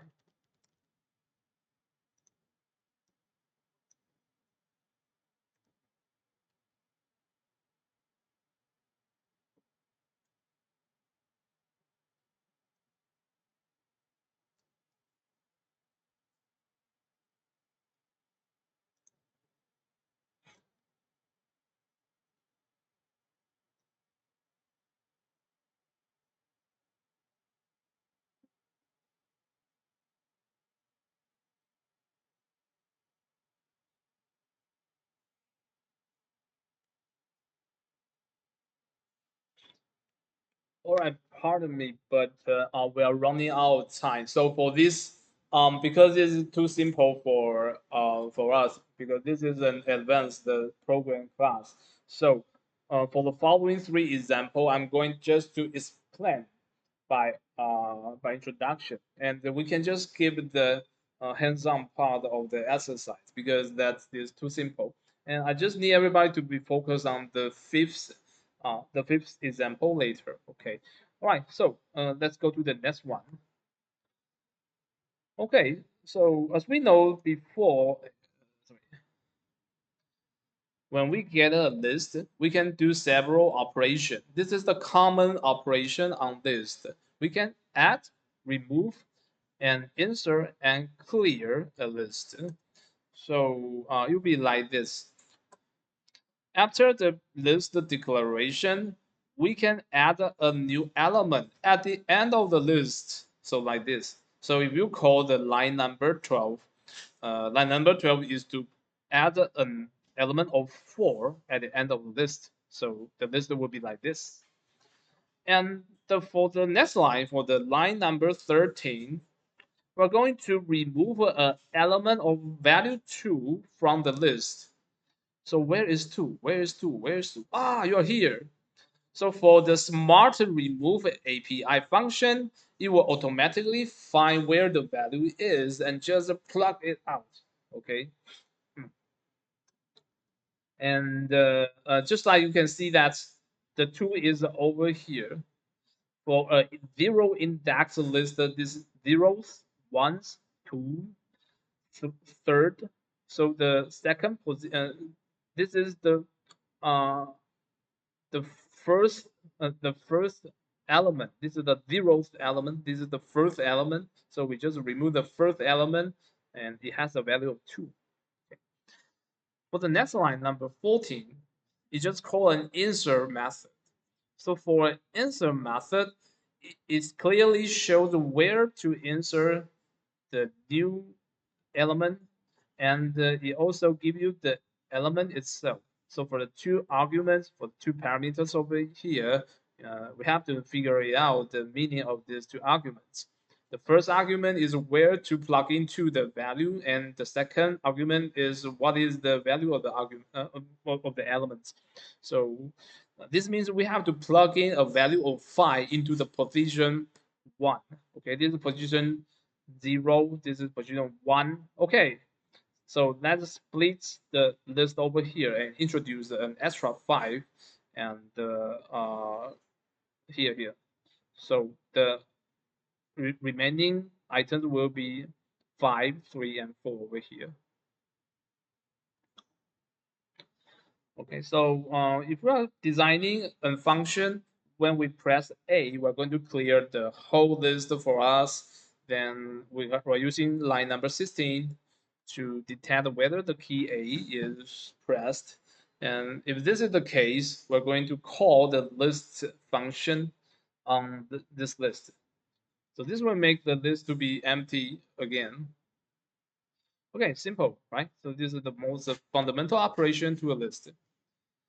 So how to read and write an element of a list?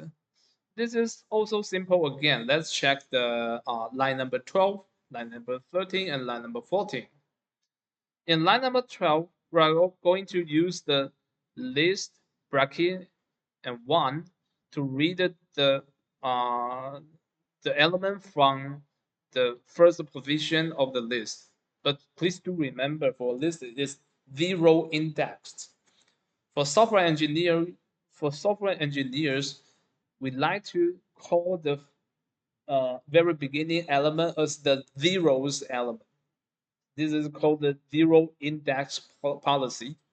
Okay, so here we are going to read the first element. So the first element should be 2.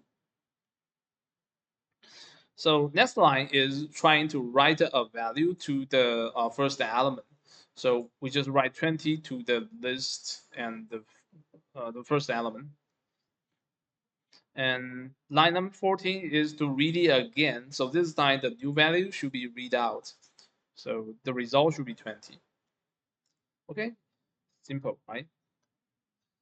And this one is also simple. So you just need to use contents to check whether some value is ready inside the list or not.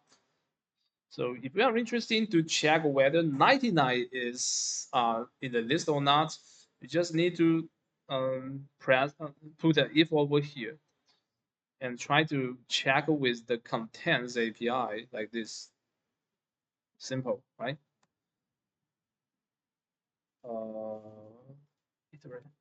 Okay, let's use about 10 minutes to finish the following exercise. So this is the common error we identify during the test civil process because most of students will maybe just don't know what happened.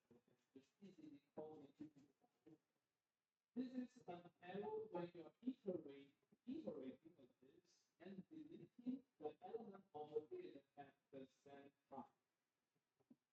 Can you understand it? Okay. So when we are iterating on this, we're never going to delete any of the iterating item in the scope of the iteration. That will cause a problem. For example, you have a 100 apple and you're trying to check whether the whole 100 apple is good apple or bad apple. So you pick apple number 0 is good. Apple number 1 is good. Apple number 2 is good. Apple number 3, you are not good. Go to the last position. Can you do that? No. Because if you do that, if you put the current apple to the last position, you will take that apple again. So whenever you are dealing with the iteration, and you are never trying to make an element to any other position of the list, because that will cause an order problem. For example, if you see a bad apple and you put it into the beginning, that will push the whole apple to a new position, and the whole iteration will get a mess. So whenever trying to delete any element, add any element, or switch the position of the element in the iteration, that's a huge problem. Never do that.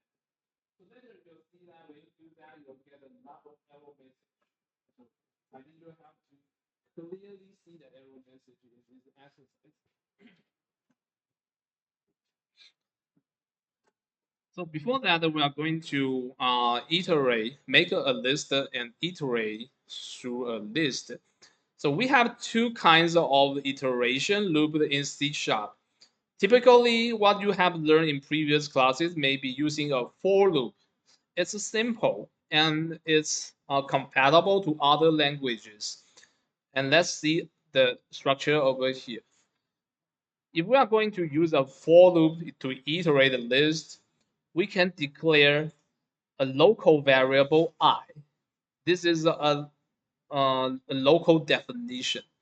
This definition will be only valid from the next curly braces to the ending curly braces. So this I will be only available in line number 14. When you exit the curly braces part, for example, if you exit the line and go to line number 60, when you are running over here, the program doesn't know who is I. It doesn't know I anymore because I is only valid within the curly braces uh, within line number 14. This is local variable. So when we are declaring a for loop, we like to use a local variable. Okay. So this time we declare an I as a iteration index. We're starting from 0, ending at list.com minus 1. Why minus 1? Because this is a less condition. This is less relation. This is not less and equal relation. All right, so I think you should already know that. So in the iteration, we're just trying to list all the value of the element. So this is it. So when we run the code, we will get the console output as 1, 2, 3, 4, 5. The other way to do the iteration is to use a for each loop. The for each loop is simpler than a for loop because you don't need to declare any indexing variables like I. On the other hand, you just to declare uh, a reference to the item. So here I define the reference to item as the item, and the type of the item is an integer. So that's the format of for each. So whenever you get a new item on hand, you can do whatever thing you want. Just take it as an integer, like this. Right. So because uh, this is needed, so I need your help to finish the code over here. I need you to finish code. Maybe we can use the this one. Use the left one. Okay, use this one.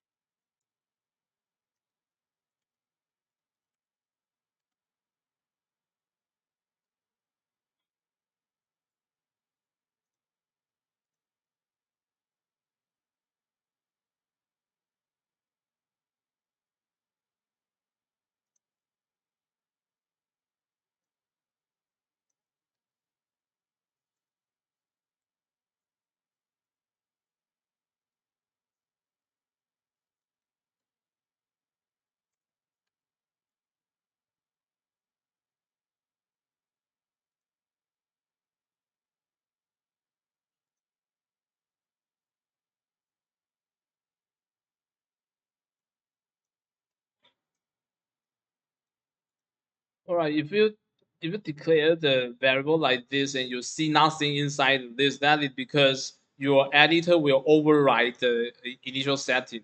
So so this time we have to write the code like this.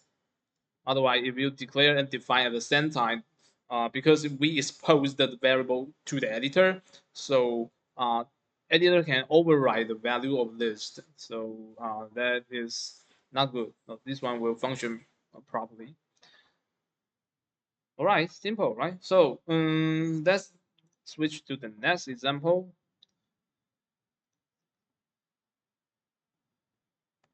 Okay, this is the most interesting part. Now we are going to wait a moment, delete.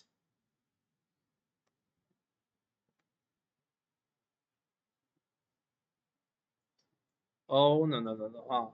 We have to finish this exercise first. Sorry.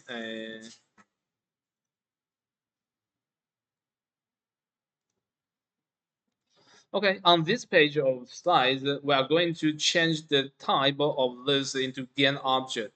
So in Unity, a GAN object will be like a 3D model, a 2D image, or a 3D cube sphere or a capsule, like something like that. So this time we're going to store a prefab in Unity. So what is a prefab? A prefab is a carefully designed GAN object, and the configuration is saved to the Unity, and you can load the configuration to bring it back to the game world again in a very short time. So that is a prefab. So later we are going to assign a prefab into the code, and the code can generate several copies of the prefab. For the application of prefab, it could be think like a bullet. If you are making a shooting game, and you are going to shoot the 10 bullet in 1 second, and then you just make one bullet as a game object in your game, and whenever you need more bullet, you just copy the prefab. We call your bullet as a prefab. You just copy the prefab, and you can get as many bullet you want. All right, so let's do that. So in this code, we are going to uh, expose a prefab variable with the type of game object over here. And at the same time, we're going to declare a list which is composed of game object items. And we're going to initiate the list over here without assigning any elements to it. And for the line number 11, we're going to detect whether the left mouse button is pressed. The left mouse button. And in Unity, the left mouse button is 0, the 0 button on mouse. And the right mouse button is 1. So line 11 takes care of when somebody is pressing the mouse button. If this happens, we're going to detect whether prefab is null or not. If something represented by the prefab, we're going to instantiate. We're going to copy this prefab into the game world, and we'll call this new copy as temp object. And then we're going to reallocate the temp GAN object to other random position. So by simply assign the transform position of the temp to a new vector 3, we can remove the temp GAN object to other location. And after we set a random position for it, we're going to add this object to a list, to the original list. So this is how to add a GAN object. On the other hand, if somebody press the right mouse button, we're going to remove the final element from the end of the list. So the first thing is to check whether right now is there any item in the list. So if yes, if something is in the list, we're going to destroy the GAN object, and we're going to remove the reference from the list. So that is the operation we need. So let's spend about let me check the time right now. Okay, let me uh, let us spend about 3 minutes to finish the code here. Okay.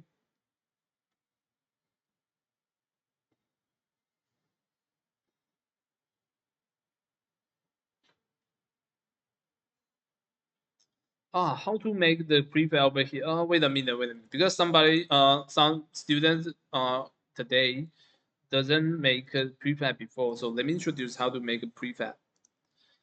So in order to make a prefab, we are going to add an object into the 3D world first. So right click over here, select 3D object to add a cube. So we had a cube right now. And I like to make it to be positioned at the origin of this world. And after that, we can drag this scan object back to the resource manager.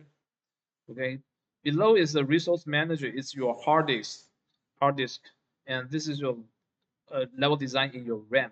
So we are dragging these settings back to our hard disk.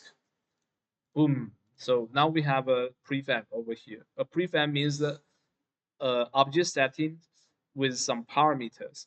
So we can bring back the prefab into this game world. We can have a limited copy of the same state. You can directly drag the prefab onto this level.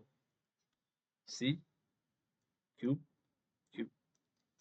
So this is a prefab. Prefab is a setting of an game object. Of course, we don't need any of them because we are going to generate by random click.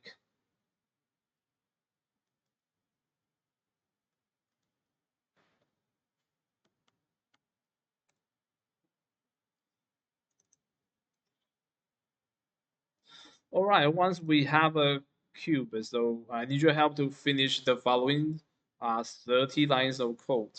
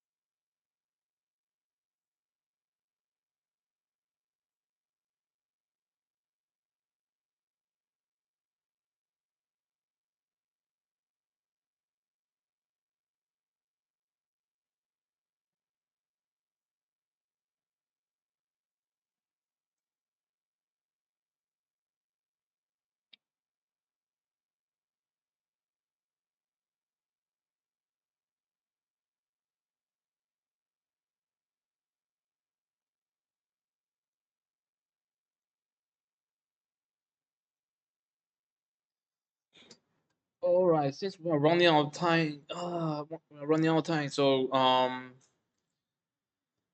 let me introduce the last example today. So I think uh, we can finish the last exercise. All right, so next page. Next page is to add another function which will be initiated when you are pressing the middle mouse button. So when you press the left mouse button, you're going to add one prefab. And when you're pressing the right mouse button, you're going to delete the last element from the list. And this time, when you are pressing the middle mouse button, you are going to delete you're going to delete all of the elements in the list. Okay. So if we simply call it the clear, if you simply call the clear, you didn't remove any of the real GAN object. You just remove the references in the list. That's not what we want. So we're going to iterate through the references in the list and try to delete the item. Boom, that's a taboo for us. So do you see the red second, the red two over here? Sorry, the red three over here. Never do that. Right now, you are you're having a for each. Sorry, this is the correct version, so it should work properly. So let me introduce that. This one, line number 40 is coming out. So if you didn't comment out this line, you will see some error message. So in line number 14, you are trying to remove an element within iteration of that list. As you can see in line number 34, now you are iterating the GAN objects, the GOs. GO represents for GAN objects. So right now you are iterating the GOs. And inside the iteration, you definitely do the taboo because you call the GOs dot remove. You shouldn't do that. So you can uh, delete the comment over here and try to see what will happen if you run this line of code. Okay, and you will see error message.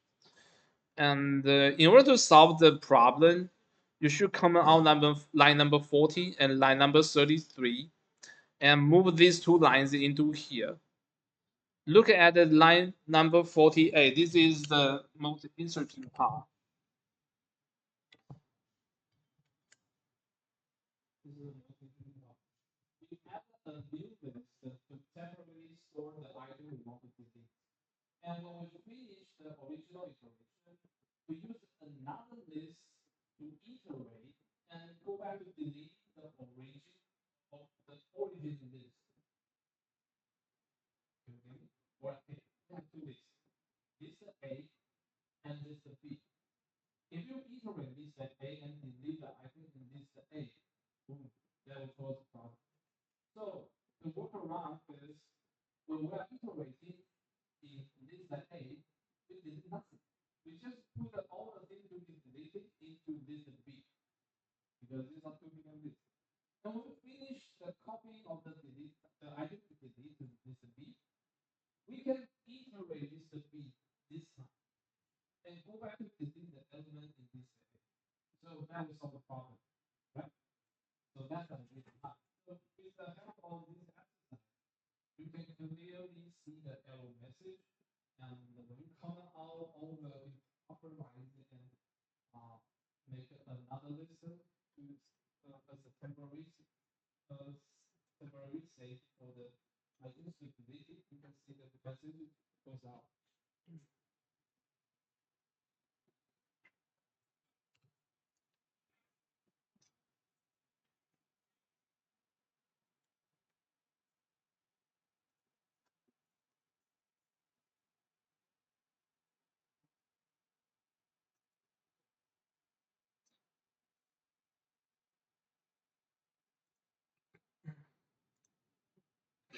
Okay.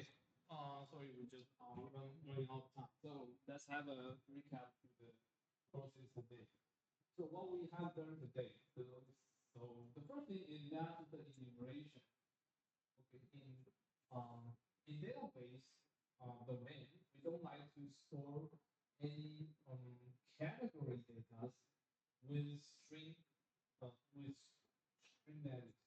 So we use the inlet to solve the problem. And beyond that, the inlet will be utilized into the state machine control. So we get get an example of how we use the inlet to control our state diagrams, the state machine.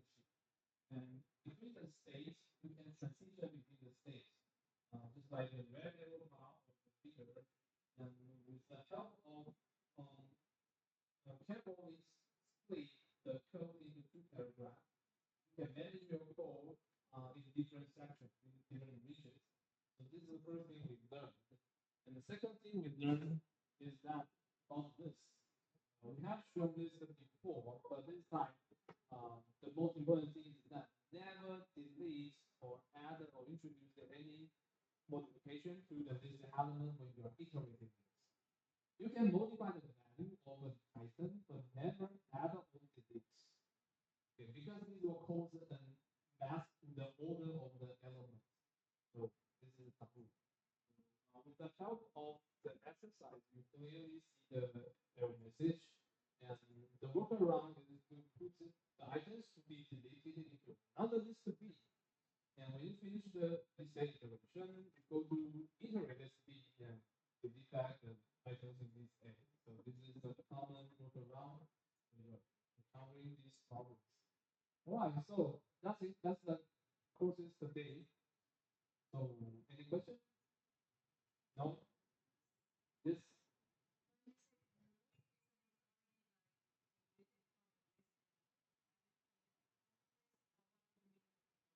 move. Like what's the difference of moving and clicking? Okay, sometimes you are going to switch the position of an item in the list. Do you know bubble sort? Bubble sort. If you are going to do the bubble sort and you're trying to move the element to other position in the original list, yes, that is no, never do that. So when you are moving the element to other position and all the elements are squeezed or are pushed away, yes.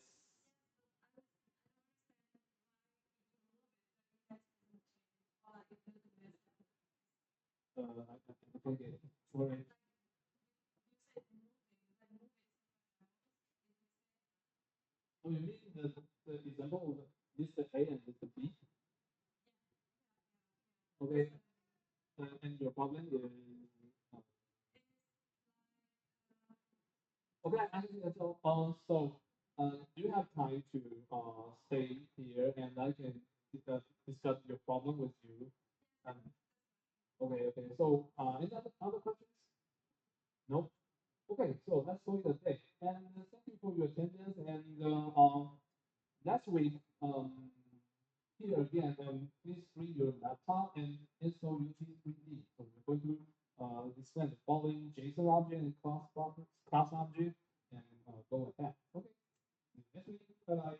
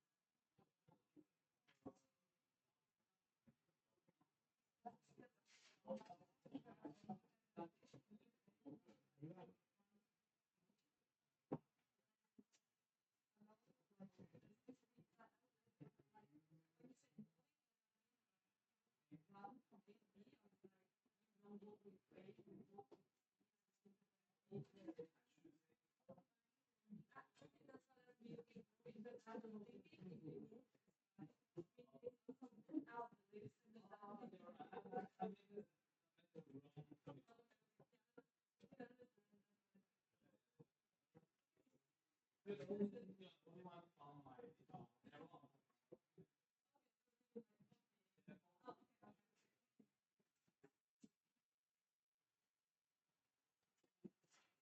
哎，等一下，在这边有课吗？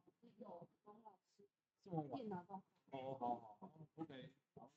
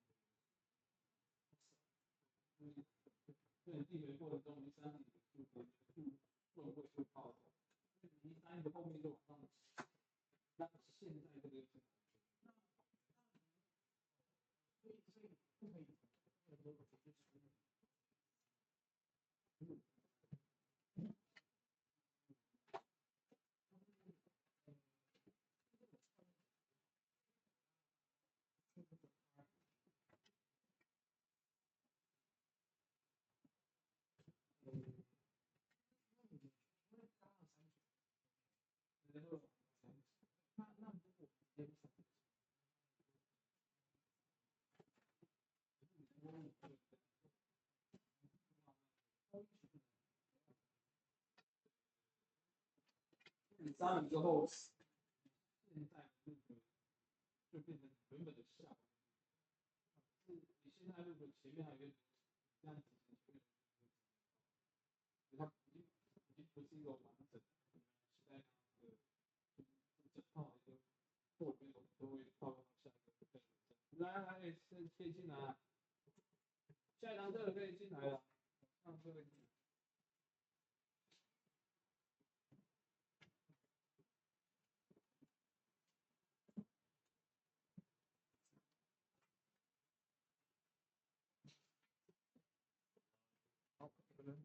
你们是4年级的吗？那怎么会想来修这个课？有欠学分吗？还是？缺学分是其中一个原因，不过哦，应该说我其实一直很想修互动，结果我这个互动都是线，然后突然发现外生有没有性本系吗？全部都是。可是我们这次就是这门课其实有对应一模一样的中文，那边有，结果可是有5个中系的跑进来。你是说去年？没有啊，就这一届就现在啊，那个谁，那个啊，一直我忘记他的名字了。反正我在那边看到简介，看一下哦。他们确实有特例，因为另外一门现在也爆了，另外一门已经80了，完全那一门大概有5个中系的跑进来。因为知道他们的说法，1初2到3升6，一直跟教授是不用啦，我都会签啦，只是说过80人系统会拦我，根本签不下去。就是有些这80有王红汉红学进来了。哦，这全部我都认识。这个跟你同届的。确实。对啊，但是那我确定一下，就是，可是他同学就被我挡。点这个。现在已经80了，这已经爆掉了。课程简介它其实都会写说线本系。课程简介啊。对，或是说只开放互动，只限本系修，都会有这种。所以我那时候就一直在想说，那这样子怎么办？所以我就确认一下。真的哎。对啊，是不是都会写这些？那我真的放过他们进来。所以我就想说，那我就那个我就一样找，结果找到有外生的这个是。哦。对，我就想说，好，那就修这个。哦，好，谢谢工商。我没有注意到，但是很欢迎啊，因为就都可以一起来修，因为今年本来也要谈一些比较难，就怕如果你们没有基础啊，就要另外花。因为我在想说，就是这感觉我们也是，就是也是不算太那个，不算太多。我想说为什么要写这样？写不记不知道原因。人快爆了，这教室80，但是人是70。就忘记了。但今年还好，没有重修。确实。欢迎，好，休息一下。谢谢。好，下次见，拜。可以。找你签。哦，好啊，你有带吗？应该可以签。可以啊，可以啊。我先霸占董老师的位置。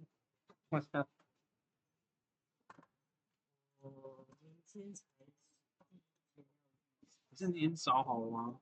我会问你一下，你找到工作了，所以你先上面有做一下。很多资讯我明天才是第一天，还是要确认完，因为他18号。